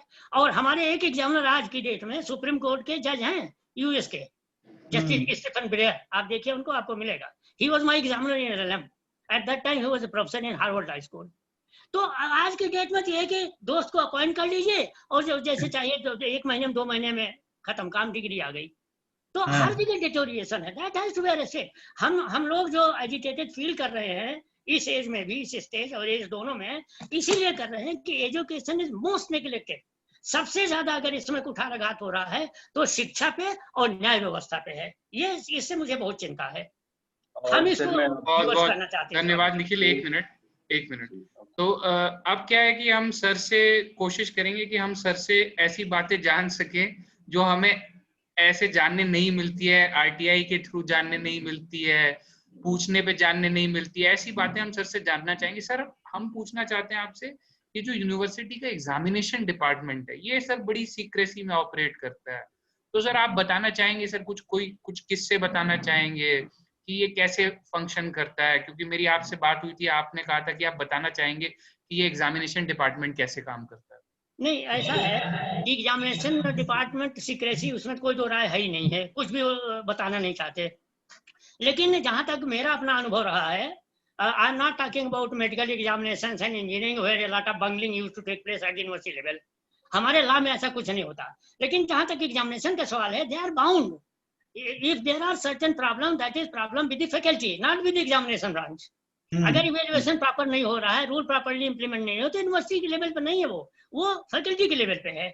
और फैकल्टी लेवल पे कोई किसी को, अब आप इससे अंदाजा लगाइए कि पिछले कितने दिनों से you don't have a regular dean of the law faculty. Yes, correct. अच्छा, इससे पहले जो आपके पास डीन थे, उनका हमेशा कोई न कोई झगड़ा ही चलता रहता था। और उस समय भी बता दूं, जिस समय उनके साथ अभद्र व्यवहार किया स्टूडेंट्स ने, she was actually beeping virtually, और जितना दिल्ली लॉ फैकल्टी में किसी में हिम्मत नहीं थी कुछ करे, आई filed PIL for her. Okay, ठीक है, इस स्टूडेंट के खिलाफ आप एक्शन लीजिए। वो जब राइट फाइल हुआ, नोटिस हुआ, उसके बाद सारा जो है सारा सबसाइड होने शुरू हुआ। तो ये तो एग्जामिनेशन ब्रांच में प्रॉब्लम नहीं है, सीक्रेसी है तो उनको सीक्रेसी मेंटेन करने हैं उनको, after they can not divulge everything। लेकिन जो प्रॉब्लम है वो फैकल्टी लेवल पे है। जी बिल्कुल आपके टीचर्स को और अकाउंटेबल होना चाहिए, they should be more disciplined. बिल्कुल। हमें ये नहीं कहना चाहिए कि हम क्लास लेना, अरे हमें क्लास लेने ही लेना है, हमें बेस्ट पॉसिबल वे में पढ़ाना है। मैंने आपको बताया ना कि टीचर जो है अपने स्टूडेंट डेज के जो है केस मटेरियल और मतलब नोट्स लेके आते थे। जब हम प्रोफेसर इंचार्ज बने सेंटर 2 के, तो हमने कहा कि देखिए, अगर डीटीसी में ड्राइवर कोई अपॉइंट होता है तो ड्राइवर अपनी बस लेके नहीं आता, वो सरकार देती है, वो चलाता है सिर्फ। तो जितने भी बेयर चाहिए स्टूडेंट टीचर्स को हर सब्जेक्ट में, और जो पढ़ाते हैं वही नहीं, जिसमें उनका इंटरेस्ट है, all bare will be supplied by the centre. और जितने उनको फोटो कॉपी चाहिए केसेस की, that will be supplied free of cost by the centre. ये हमने इंश्योर किया। बिल्कुल। उस समय कंप्यूटर शुरू हुआ था, तो हमने आउट ऑफ द वे हमने नोटिस लिखा, मैंने कहा teachers must be given computer. कहने लगे उनके ऑफिस नहीं है, मैंने कहा घर पे रखेंगे। तो प्रोवाइस साहब ने कहा बताइए, यशवंत सिंह साहब ने घर पे ले जाने के लिए कंप्यूटर दे दिया। मैंने कहा मुझे क्या प्रॉब्लम है, आप उनको ऑफिस दीजिए, यहाँ पे रखेंगे कंप्यूटर। जी। तो ये सब मतलब ये कि टीचर्स को हमने तो जितना हो सका अपने लेवल पे, आई ट्राइड माय बेस्ट। लेकिन वही है कि अल्टीमेटली क्लास तो टीचर्स को ही पढ़ाना है ना अपने आप। ये भी नहीं कर सकते कि आप क्लास में जाके बैठ जाइए तो टीचर्स बड़ा, एक टीचर तो कैसा, हमारे क्लास में कोई नहीं बैठेगा, हम नहीं चाहते कि हमारी क्लास कोई, क्यों नहीं बैठेगा? आप पढ़ा रहे हैं तो लेट समबडी वाच इट, क्या दिक्कत हो रही है? लेकिन वो बड़ा, उनको बड़ा खलता था इस बात को। तो teacher should be actually very very sensitive to their work. है बहुत सारे टीचर आज भी बहुत अच्छे आपके फैकल्टी में, बता दूं आपको, कहीं तरह बढ़िया टीचर नहीं मिलेंगे आपके यहाँ। टंकी करके मार्क्स नहीं मिलते कि झूठे। आप प्राइवेट यूनिवर्सिटी में जाइए, वहाँ नाच के लिए इतने नंबर, गाने के लिए इतने नंबर, और उसके ट्रस्ट के लिए पैसा लाएंगे तो आपको इतने नंबर। ये यहाँ नहीं होता है सब चीजें। लेकिन ये कि थोड़ा सा अकाउंटेबिलिटी और रिस्पॉन्सिबिलिटी ज्यादा महसूस करनी पड़ेगी टीचर्स को, तब चीजें बदलेगी, नहीं तो नहीं। बिल्कुल। आप इसी बात पे सर, आप बहुत सारे जो बच्चे हैं ये, अब सर सारे आपसे हर बच्चा एक सवाल पूछना चाहता है, लेकिन इतना समय तो हमारे पास है नहीं सर। लेकिन हम सबको कोशिश करेंगे, सबको एक एक मौका मिले। तो अब अश्विनी है सर हमारे साथ, अश्विनी विजयरानिया, वो एक सवाल पूछना चाहते हैं। तो अश्विनी प्लीज आप सवाल पूछो। हाँ सर, सबसे पहले तो नमस्कार। नमस्कार। मैं आपसे ये प्रश्न पूछना चाह रहा हूँ सर कि आपने जैसे कहा कि सब कुछ कोर्ट से नहीं हो सकता, आपको कहीं ना कहीं स्टूडेंट फ्रेटर्निटी को अपने में करना पड़ेगा। तो मैं आपको एक बात पे प्रकाश चाहता हूँ कि सर, स्टूडेंट फ्रेटर्निटी की बात कर रहे हैं, जो डूसू है, दिल्ली यूनिवर्सिटी स्टूडेंट्स यूनियन, उसमें बेसिकली अगर बात करें तो लो फैकल्टी के छात्र हैं जो कि सेक्रेटरी हैं और प्रेसिडेंट। क्यों नहीं देखती कि खुद की फैकल्टी में जब प्रॉब्लम है तो सर वो क्यों नहीं इसको रेक्टिफाई करते, और फिर सारा कैसे कर पाएंगे कि वो इतने सारे कॉलेजेस हैं डीयू के, जब खुद की फैकल्टी में ही इतने प्रॉब्लम है। तो एक तो इशू ये है सर। आवाज हेलो, आवाज चली गई है अश्विनी, कट के आ रही आवाज। कट रही है थोड़ी। अश्विनी आप थोड़ा सा अपना नेटवर्क कनेक्शन ठीक कर लो, ठीक है, तब तक, क्योंकि आपकी आवाज नहीं आ रही है, थोड़ी इंटरनेट बैंडविड्थ करो, तब तक हम समझ में नहीं आया। कोई नहीं सर, वो अश्विनी ठीक करेगा, तब तक हम अंशुमन है हमारे साथ। अंशुमन भी कुछ सवाल पूछना चाहते हैं, कुछ बताना चाहते हैं। Anshuman please go ahead. Hello sir, नमस्ते। नमस्कार, गुड इवनिंग ऑल। सर मैं एक प्रोटेस्ट में था इसके रिगार्डिंग ही कि जो बच्चे के मार्क्स नहीं आते उसमें मार्क्स आने चाहिए। तो उनके पास भी सेम बहुत सारे एक्सप्लेनेशन थे, जैसे इन्होंने ऑलरेडी इनको मिला हुआ है कि हम नहीं कर सकते मॉडल आंसर हम क्रिएट नहीं कर सकते, क्रिएटिविटी। तो मैं ये सब बात नहीं करना चाहूंगा उसमें, बस मैंने एक सजेशन दिया था कि क्यों ना why can't we constitute a committee, जिसमें एक कमिटी होगी जो कि लॉ फैकल्टी के बच्चों के मार्क्स इंप्रूवमेंट की बात करेगी। उसमें फैकल्टीज होंगे, आपको अगर लगता है कि उसमें स्टूडेंट्स भी होने चाहिए, स्टूडेंट्स को भी इंक्लूड कर सकते हो आप। At least constitute a committee that they will talk about performance of students, जो कि स्टूडेंट के परफॉर्मेंस को बढ़ाया जा सके, चाहे वो आप स्टूडेंट अच्छा लिखता नहीं है या अच्छे से कॉपी चेक नहीं की जाती, आखिर प्रॉब्लम कहाँ पे है। We must constitute a committee regarding the same, कि हम अपने बच्चों के परफॉर्मेंस कैसे इंक्रीज कर सकते हैं। ये क्या सीबीसीएस अप्लाई करना चाहिए या जो ट्रेडिशनल मेथड है वही अप्लाई करना चाहिए, ठीक है। लेकिन सर ने कहा, कुछ फैकल्टी ने कहा, वहाँ पे डीन थी सॉरी, मतलब अभी जो LC1 की डीन अपॉइंट हुई तब वो थी, अभी बहुत रिसेंट की बात है ये। और PICs भी थे, इवन LC2 के और LC1 के, और बहुत जो एक्स डीन थे, एक्टिंग डीन थे मित्तल सर, वो भी थे। तो उन्होंने कहा कि देखो ऐसा है कि बच्चे लिखते नहीं है, अगर हम स्ट्रिक्टली चेक करेंगे तो बच्चे आंसर लिखते नहीं है सही तरीके से। तो हमने कहा ठीक है सर, कमेटी वही तो डिसाइड करेगी कि बच्चे को कैसे लिखना चाहिए। Either it will be creativity of student, वो कम है क्या, फैकल्टी इतने क्रिएटिव नहीं है कि वो जांच कर सके आखिर प्रॉब्लम है कहाँ। You must talk about it. जब तक हम बात नहीं करेंगे तब तक हम सॉल्यूशन नहीं ला सकते, प्रॉब्लम क्या है। सर मेरा यही था, मतलब एक सजेशन था कि कंस्टिट्यूटिव कमेटी हो सकती है कि नहीं हो सकती है। नहीं, ये तो बहुत अच्छा आइडिया है। देखो कहीं लॉ में तो प्रावधान नहीं है, लेकिन इनफॉर्मली अगर कमेटी बन जाए तो उससे बढ़िया तो कुछ हो ही नहीं सकता। उसमें टीचर्स और स्टूडेंट्स की ज्वाइंट कमेटी बनाएं, ठीक है, फॉर मेकिंग इम्प्रूवमेंट। लेकिन मैं एक चीज बता दूं आपको, कितना भी आप इवेल्युएशन को आप सुधार दें, लेकिन मार्क्स में बहुत ज्यादा फर्क नहीं आएगा। कुछ तो फर्क आएगा, definitely, no doubt about that. लेकिन उससे क्या है कि अगर आप वाइवा वोसी इंट्रोड्यूस करते हैं, रिटन पेपर्स इंट्रोड्यूस करते हैं, तो उसमें मार्किंग इंक्रीज करने के बहुत ज्यादा स्कोप है। Sir that committee will give us guidelines ना, वो गाइडलाइंस देंगी कि आप लोग सजेस्ट करिए, यूनियन है आपके, सारे तीनों यूनियन के प्रेसिडेंट इकट्ठे होकर के ज्वाइंट रिप्रेजेंटेशन दीजिए, क्या दिक्कत है? कोर्ट में केस फाइल हो जाता सर हमारे खिलाफ। सर हाँ सर, ये एक थोड़ा सा इशू है, और मैं ज्यादा डिटेल में नहीं जाऊंगा, लेकिन हम लोगों ने भी जब केस फाइल किया हुआ है ऑलरेडी, रेट पिटीशन, तो अब क्या है कि ये एक आधा टैक्टिक जो है वो हर कोई इस्तेमाल करता है, शायद यूनिवर्सिटी भी कर रही है।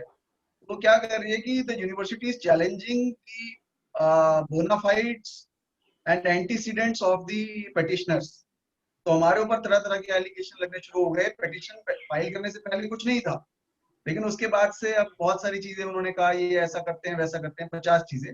हालांकि सर मैं 3 पॉइंट बहुत जल्दी से, क्योंकि हमारे पास टाइम कम है जी, उसको वाइंड अप करूंगा, क्योंकि ये पॉइंट वरना रह जाएंगे। आज आप आए हैं, पता नहीं हमें फिर कभी मौका आपके साथ बैठने के लिए। कोई दिक्कत नहीं, आप बताइएगा, हम हमेशा अवेलेबल रहेंगे। हाँ, तो एक तो सर इम्प्रूवमेंट का ये पॉइंट था कि हमारे यहाँ जो इम्प्रूवमेंट का जो प्रोसेस है वो बड़ा ही आर्बिट्रेरी है, एग्जामिनेशन से रिलेटेड है, इसीलिए मैं उसको उठा रहा हूँ।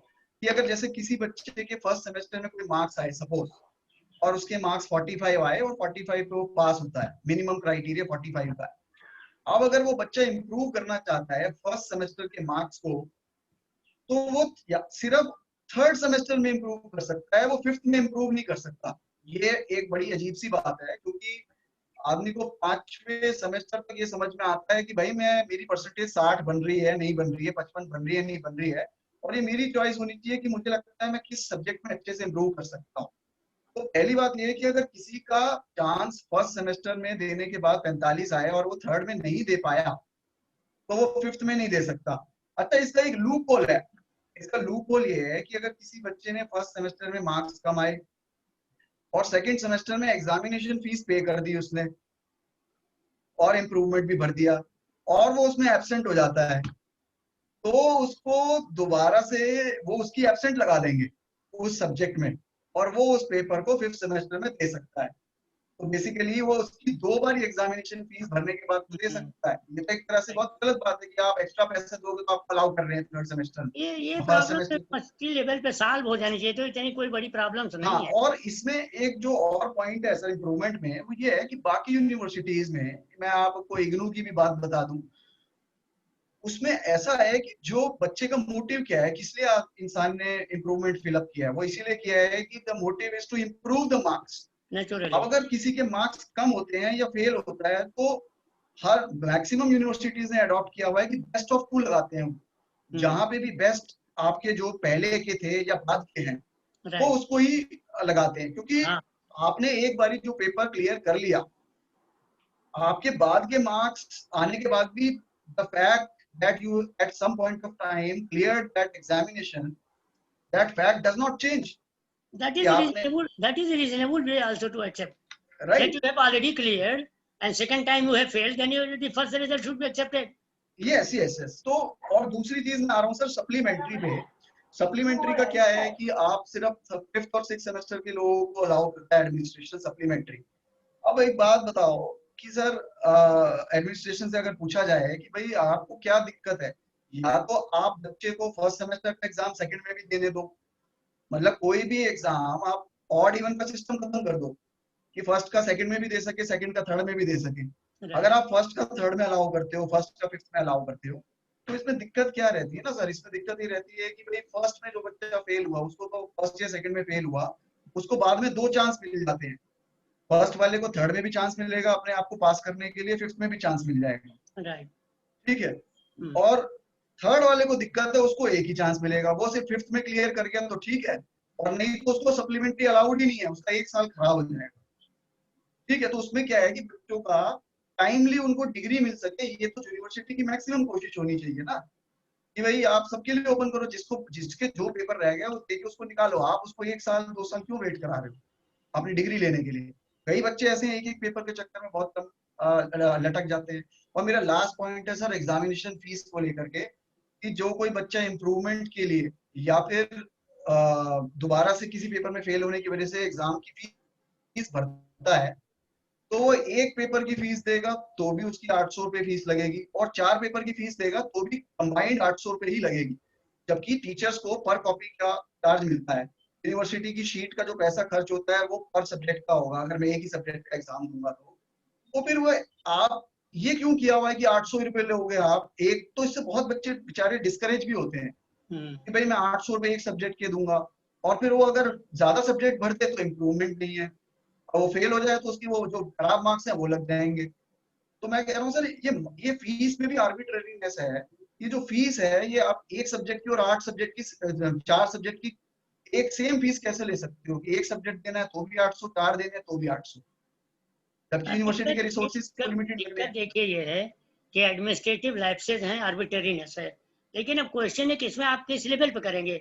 वाइस चांसलर आपके जो है उनको तो फुर्सत है नहीं, पिछले मैं क्या 4 साल से बैठे हुए समझ कर हॉस्पिटलाइज है बेचारे, बाईपास सर्जरी वगैरह कुछ हुई शायद, लेकिन जो प्रो वाइस चांसलर तक नहीं अपॉइंट हो पाया, जो लॉ फैकल्टी के लिए एक डीन नहीं अपॉइंट कर सक रहा है, इसके लिए तो मेरा ख्याल आप लोगों को एजिटेट करना चाहिए। What is this actually, why not we have actually dean for full term actually, उससे अनसर्टेनिटी क्यों क्रिएट होती रहती है हमेशा। इस पे सर मैं आपको एक बात बताना चाहूंगा। आज मैंने एक आरटीआई डाली थी, आज उस आरटीआई को सर 5 महीने हो गए, जिसमें मैंने ये पूछा था कि हमारे अभी डीन कौन है। इसका आंसर आज 5 महीने से इस आरटीआई का हमें आंसर ही नहीं दिया गया कि हमारे डीन कौन है। और इस बीच यूनिवर्सिटी में दूसरी आरटीआई जा रही हैं जिसमें बच्चों को बकायदा जवाब दिए जा रहे हैं, लेकिन इस आरटीआई का जवाब ही नहीं दिया जा रहा है कि हमारे डीन कौन है। सीआईसी कंप्लेंट भेज दीजिए, यूनिवर्सिटी ने रिप्लाई। सर हमने यूजीसी को कंप्लेंट भेजी हुई है। सीआईसी को भेजो ना, आरटीआई का मैटर है तो सीआईसी को भेजो। सर सीआईसी को भेजी हुई मेरी 3 कंप्लेंट्स अभी सीआईसी के पास पड़ी हुई यूनिवर्सिटी रिलेटेड। अब सीआईसी में सर ये होता है कि 1 या 1.5 साल बाद आजकल हियरिंग मिल रही है, तो which has basically given all the public authorities, they have given them a blanket coverage, and they are doing whatever they want. So basically the RTI law has been made redundant. You are not following the UGC regulations. You are not even following your own regulations. You do not want to frame any regulations. These are the reasons why the university level has come to this level. Yes sir, यही सब तो कारण है ना जो university की हालत हो गई है। ये अब सर, अब हम अपने टीचर्स को लुक फॉरवर्ड करते हैं who teach us such great things about law in the classroom. They talk about rule of law, Dicey's theory, they talk about Rawls theory. Right. But when we actually give and present such arguments to them, they don't even respond and they don't give any reason for all of this. Every teacher, I am telling you sir, they not just only try. they must be feeling bad about your questions. Yes, sir, they are bad, and sir, certain senses, some teachers are not even appreciating what we are asking. Yes. They are thinking that we are just creating some sort of trouble, but that is not our intention, sir. As you rightly said, that we must agitate. I just want to, sir, bring this to you, sir. We actually agitated for 32 days continuously, sir. We were sitting in the faculty, we were sleeping in the faculty, we were eating in the faculty, but actually no one came to hear us out. And ultimately, sir, we were asked to vacate the premises on account of Corona and the pandemic. So this is the situation, sir. Now a new batch is about to come. Each and every day, sir, we have somehow learned that things actually happen at a gradual pace. So we have made some sort of adjustment. But sir, we cannot tolerate this with if we cannot tolerate this present scenario for the future batches which are going to come. Yes, sir. So, sir, here is something, because we would not like to just focus on the questions. The thing is, sir, that what is the solution? So, sir, we would now come to the next leg of our program, that what should be the solution? How should the students actually vindicate their rights, sir? This is, sir, where we look forward to your help, as to you tell us that, sir, we have tried our hands at going to the court, we have agitated, we have done a lot of things. If it is about gathering a larger number of students, that also we will try and do. But sir, what is it that we can do differently, and maybe we can get results in a much more lesser period of time, sir? That is something which I would like to ask you. Actually, this is the bulletin when I was doing. Okay, thank you, sir. So what was my way of... Sir, can you please show it to us again, sir? Full camera. Yes, sir. Sir, can you? Yes, sir. Yes, sir. Yes. Yes, sir. Just pin this window. Sir की window पे focus एक बारी. Please focus on essence in sir's window. Sir, जब बोलेंगे, sir, please say something and it will automatically get focused. Yes. This actually, this page. Sir, hold it above. Sir, hold it above. On your face, sir, maybe. Yes, sir. Yeah. We can see it, sir. Yes, sir. Keep speaking, sir. Yes. So this talks about what I did as Dean for 3 years. The whole record is there. Okay. Sir, we would like to... till 2007, all the centers used to have their own separate examinations, separate case material, everything. It was I who centralized it. Okay. Thank you, sir. Thank you so much. It was I who actually put all the intense test question papers of LLB, LLM along with key on the internet. For the first time I did it. तो कोई चीज छिपाना नहीं चाहिए, हर चीज बताना चाहिए, open होना चाहिए ना. It is now the age of transparency and equally accountability, जो आज की डेट में नहीं है. अब आप लोगों की कोई स्पेसिफिक प्रॉब्लम हो, कभी मिलिए आप, then I may be of some help to you. Yes, sir. Surely, sir, we will meet you, sir. Sir, अब लास्ट में सर एक दो लास्ट के सर सवाल हैं. बहुत सारे लोग हैं सर जो सवाल पूछ रहे हैं. अब बस इसको ब्रीफली एंड करेंगे. अब सर हमारे साथ श्रीकांत हैं, श्रीकांत प्रसाद. Shrikant, just unmute yourself and put on your video feed, Shrikant. Sir, good afternoon, good evening. Hello. Sir मेरा एक प्रॉब्लम ये था कि जब मैं लॉ फैकल्टी में गया उस समय से ये ऑब्जर्व कर रहा हूँ, और मैं इसके ऊपर PIL भी फाइल करना चाह रहा था. You are not visible here. Where are you? He is with us through his audio call, sir. Okay. Yeah. Tell me question. या सर, क्वेश्चन इसकी सर, जैसे अभी मैं 5th सेमेस्टर में जाऊंगा और एक बार मैं आपसे मिला भी था सर क्वेश्चन ये है कि लॉ फैकल्टी में मैं ये पूछना चाह रहा था कि जब आपका टेनर था या 10-20 साल पहले, तो उस समय लॉ फैकल्टी की जो फैकल्टीज थी, टीचर्स थी, प्रोफेसर्स थे, वो सारे मतलब कैसे थे? जो अभी हमारे टाइम पे क्या है कि सारे यंग टीचर्स आते हैं, मतलब कि बहुत ही मतलब कम इन एक्सपीरियंस, जो कि सर सिर्फ मतलब कि सिर्फ केस पढ़ा देते हैं और मतलब शॉर्ट में कोई प्रैक्टिकल अप्रोच जो लॉ का होता है, जो खुद पर्सनल नॉलेज एक्सपीरियंस होता है, वो सब कोई नहीं किसी के पास सर, मतलब बहुत कम टीचर्स हैं जिनके पास है और जो बताते भी हैं, बट मोस्टली यंग टीचर्स हैं, मतलब हमारे जैसे। तो इसका क्या सॉल्यूशन हो सकता है सर? क्यों हम PIL फाइल नहीं कर सकते कि टीचर्स अच्छे, मतलब एक्सपीरियंस टीचर्स जो You are teaching? You are a teacher? No sir, he is a student of Law Center 1. You are a student, अच्छा ओके। देखिए ऐसा है कि हम लोग भी जब यूनिवर्सिटी में आए थे तो यंग ही थे। I was 24 years old, ठीक है, बिल्कुल फ्रेश LLM। और जब मैं पहले दिन क्लास में गया तो सेंटर 1 पे मेरा अपॉइंटमेंट हुआ था। उस समय बड़े IAS, IPS और पुलिस के तमाम ऑफिसर्स, कंपनीज के बड़े बड़े लोग सारे ये होते थे स्टूडेंट्स। तो एक स्टूडेंट ने खड़े होकर जैसे मैं क्लास में इंटर किया and I was just on the table, तो एक लड़के ने कहा sir you are very young. तो अब पहला क्लास में तो आदमी वैसे थोड़ा सा सेंसिटिव सा रहता है, तो हमने कहा how is it relevant to the class? तो लड़का सन्न हो गया बिल्कुल, ठीक है। तो लेकिन कभी ऐसा नहीं महसूस हुआ कि हम यंग हैं तो हम किसी माने में लाइक कर रहे हैं। देखिए आजकल प्रॉब्लम क्या हो रही है, अभी मैं नेशनल लॉ यूनिवर्सिटी हरियाणा में खुली हुई सोनीपत में, तो वहाँ इंटरव्यू लेने गया लेक्चर्स का अपॉइंटमेंट के लिए, असिस्टेंट प्रोफेसर्स का। तो हम लोगों से यही पूछते रहे कि आप ये बताइए अपने को अप टू डेट अगर आप नहीं करेंगे लॉ में देन यू आर नोवेयर, और आप ये बताइए कि अप टू डेट रहने के लिए आप क्या करते हैं? अखबार पढ़ते हैं, मैगजीन पढ़ते हैं। मैंने कहा फिर तो हो गए आप अप टू डेट। मैंने कहा आजकल हर चीज इंटरनेट पे अवेलेबल है। आप हाई कोर्ट के, सुप्रीम कोर्ट के वेबसाइट्स पे जाइए, ऑफिशियल वेबसाइट्स पे जाइए, आपको एवरी डे जो दिन में सारे केसेस हुए हैं शाम को आपको हर चीज मिल जाएगा। Why do you read these newspapers? Are they authentic? उनको तो ये पता नहीं कि बहस में और जीरा में क्या फर्क है। वो तो कहते हैं आज प्रशांत वाले केस में खूब जो है जीरा हुई। अरे भाई जीरा नहीं हुई, बहस हुई। जीरा इज क्रॉस एग्जामिनेशन और बहस इज आर्गुमेंट। तो उससे तो बात में तो टीचर्स जो है नॉर्मली वो सेल्फ डिसिप्लिन के तौर पर, अगर हम कहीं लेक्चर देने जाते हैं तो क्या हमसे कोई कहता थोड़े कि हम क्या पढ़ के जाएं?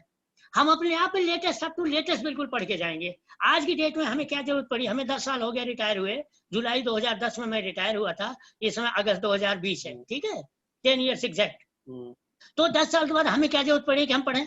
लेकिन आप ये देखिए कि डेली, ऑलमोस्ट डेली जितने भी केसेस आते हैं, ऑलमोस्ट ऑल केसेस आई गो थ्रू। अगर हमारे इंटरेस्ट नहीं है, मैं देख रहा तो मेरे इंटरेस्ट का नहीं है तो आई स्किप होगा, otherwise I go through the cases. हमें क्या जरूरत पड़ी है? वो एक नेचुरल हैबिट आपको बनानी पड़ेगी। Teachers must cultivate that habit, they have to be up to date. अगर लॉ में है बिना अप टू डेट रहे आप जो है कभी कुछ कर नहीं पाएंगे, मैं निश्चित बता दूं आपको, क्योंकि रोज नए नए डेवलपमेंट्स हो रहे हैं। ये कहना कि हम नए हैं तो इसलिए एक्सपीरियंस नहीं, ऐसा कुछ भी नहीं है। एक्सपीरियंस तो रोज, आज की डेट में भी कितनी चीजें नई नई हम भी सीखते रहते हैं। ऐसा नहीं कि मुझे नहीं, हमको सब चीज आता है।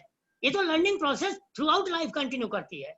आज की डेट में मेरा एनुअल सर्वे आप पढ़िए, एक इंडियन एटीट्यूड का पब्लिकेशन है, आप कहेंगे तो आपको उसमें वो हमारे बल्कि जो ग्रुप हमने बनाया हुआ वेदांत जी जो ग्रुप हमने बनाया उसमें हमने दिया annual survey of Indian law में, एनुअल सर्वे है, 105 पेज का सर्वे है और 2018 के केसेस हैं। आप उसको एक बार पढ़िए से थोड़ा टाइम निकाल के, फिर देखिए कि मतलब हम कितनी मेहनत किए होंगे उसको लिखने में, हमें उसके लिए क्या मिल रहा है।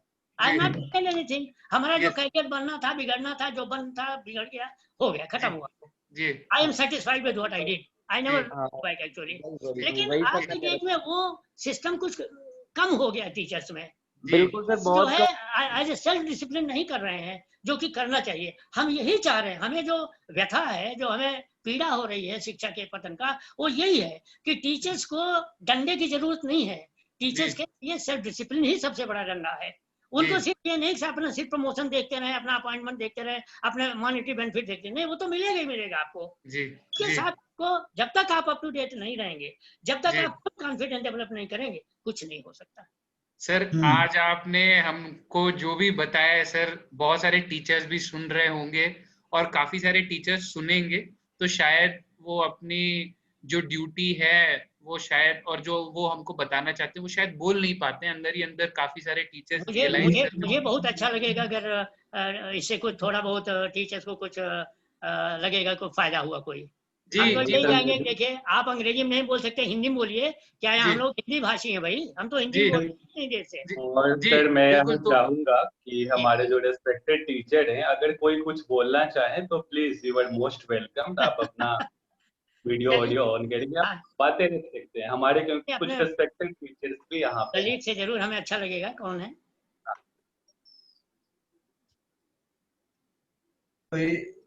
शायद अभी नहीं है, कोई बात नहीं। ये जो सर वीडियो है ये सारे लोग देखेंगे।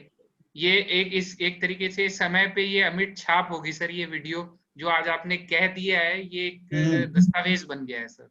और ये क्या है कि जी तो जी ये सर हम सब बार बार देखेंगे। और ये सर मैं बस आपसे यही कहना चाहूंगा कि ये सिर्फ हमारी सीरीज का सर पहला प्रोग्राम है जी। तो जो लॉ फैकल्टी की सारी समस्याएं हैं उनको हम एक प्रोग्राम में डील नहीं कर सकते हैं, तो हमने उसको चरणबद्ध तरीके से हमने उसके जो भी है डिस्कशन के लिए हमने रखा है सर। हम आपसे रिक्वेस्ट करेंगे सर, आपकी जैसी भी कन्वीनियंस होगी, लेकिन हम चाहेंगे कि सर आप हमारे साथ बहुत जरूर रहेंगे। आप ऐसा है, ये लॉ फैकल्टी की जो प्रॉब्लम है तो प्रॉब्लम एडमिनिस्ट्रेटिव प्रॉब्लम है सारी, ठीक है ना, लेकिन इसके साथ कुछ एकेडमिक डिस्कशंस भी कराइए। बहुत अच्छा आप लोगों ने इनिशिएटिव लिया हुआ है। Some academic discussions also on burning issues, cases आ रहे हैं, लॉज बन रहे हैं, उस पर डिस्कशन कराइए, जोड़िए लोगों से, थोड़ा सा टीचर्स को भी जोड़िए, अपने आप आएंगे टीचर्स पे, उनको अच्छा लगेगा। आपने जरा इंस्पिरेशन दे दी है सर, ये हम जरूर करेंगे। और जो निखिल हैं इस कार्यक्रम के मुख्य संयोजक है निखिल, तो निखिल ने सर काफी इस पूरे जितना भी लॉकडाउन सीजन रहा है उसमें वो लगातार उन्होंने वेबिनार ऑर्गेनाइज कराए हैं। जो लास्ट वेबिनार था दलाई लामा जी का था। तो जी सर सब लगे हुए हैं। और अब हम एक प्लेटफॉर्म बनाएंगे सर, जो हमारा आपने व्हाट्सएप पे ग्रुप बनाया उसमें भी काफी सारे एडवोकेट्स हैं, तो उन सबको हम जोड़ेंगे और इस तरीके से सर हमको लगता है हम डिस्कशन करेंगे तो काफी सारा पॉजिटिव रिजल्ट जरूर सर हाथ लगे। थैंक यू सर जाते जाते सर आपसे एक मेरा छोटा सा सवाल जी। काफी बच्चों ने ये सर प्रश्न रखा, आप एक टीचर भी रहे हैं लॉ के, आप डीन भी रहे हैं, आप PIC भी रहे हैं, तो बच्चों का जानना है कि हम कैसे एग्जाम में लिखें कि हमारे मार्क्स मैक्सिमम आए, तो आप उनको एक थोड़ा सा गाइड कर दीजिए। ये हमें 5-6 बच्चों ने सवाल भेजा है। देखिए असल में ऐसा है कि नॉर्मल देखिए जो गलतियां जो बहुत सारी मिलती हैं, पहला तो ये होता है कि लड़के बहुत सारा टाइम खराब कर देते हैं क्वेश्चंस को रिपीट करने में, उसी क्वेश्चन को लिखने पे लग जाते हैं, वो नहीं करना चाहिए। दूसरा ये कि क्वेश्चन को देखिए और टू द पॉइंट आप आंसर दीजिए, कहानी भी मेरा मतलब मत उसमें लिखिए। तीसरा ये कि अगर कोई प्रोविजंस हैं, चाहे वो कॉन्स्टिट्यूशन के प्रोविजंस हो या किसी एक्ट के प्रोविजंस हैं, उनको स्पेसिफिकली आप खूब अच्छी तरह पढ़िए। देखिए मैं आपको बताऊं सबसे ज्यादा जो जरूरी स्टूडेंट्स के लिए पढ़ने का है वो ये है कि जैसे मान लीजिए कॉन्ट्रैक्ट एक्ट लीजिए, कॉन्ट्रैक्ट एक्ट आपके कोर्स में है तो प्रिंसिपल्स ऑफ कॉन्ट्रैक्ट सेक्शन 1 से 75 तक, तो ये सेक्शंस को आप जितनी बार पढ़ेंगे उतना ही आपको याद भी होगा और क्लैरिटी आएगी। वो प्रोविजंस आप क्वेश्चंस के हिसाब से जरूर लिखिए। उसके अलावा जो केसेस आते हैं बहुत ब्रीफ में केसेस के बारे में लिखिए। अगर लेटेस्ट केस है जैसे कॉन्स्टिट्यूशनल लॉ में ह्यूमन राइट्स का कोई क्वेश्चन आ गया, राइट टू इक्वलिटी आ गया, रिजर्वेशंस पे आ गया, तो रोज नए नए केसेस आते हैं, तो उन केसेस को आप कोशिश करिए कि 1-2 सेंटेंस में, एक पैराग्राफ में आप लिखें। अननेसेसरी मटेरियल मत भेजिए, कॉपी भरने की कोशिश मत करिए, कम से कम लिखिए, टू द पॉइंट लिखिए, आंसर एकदम एग्जैक्ट होना चाहिए। कहीं कहीं होता है कि आपसे क्वेश्चन में यस और नो में आंसर मांग लेते हैं एंड में, ठीक है, तो यस और नो का आंसर आप स्पेसिफिक लीजिए, गोल मोल मत घुमाइए, जलेबी मत बनाइए, आप उसको specific answer, to the point, blunt answer दीजिए। That would be to my mind very good actually. Thank you so much sir, thank you so much sir, it was our pleasure listening to you. Thank you so much. Thank you very much sir, thank you very much, so nice to have you on this. Thank you so much sir for your thank you. we are looking forward sir, हम आगे भी sir हमको आपका मार्गदर्शन मिलता रहेगा। नहीं definitely, I will always be there, ठीक है, थैंक यू, बहुत बहुत धन्यवाद, thank you very much. Harivardhan ji, Vedansh ji और अश्विनी जी, आप सभी को भी बहुत बहुत धन्यवाद। और सर से हम बातें करते रहेंगे, सर से हम मिलते रहेंगे और सर को हम लॉ फैकल्टी पे बुलाएंगे। बिल्कुल बिल्कुल जरूर। आप वहाँ बोलेंगे, उस प्रांगण में बोलेंगे जहाँ आप ठीक है। बिल्कुल ठीक है, आप सभी को मेरा नमस्कार और अभी इस सेशन को यहीं खत्म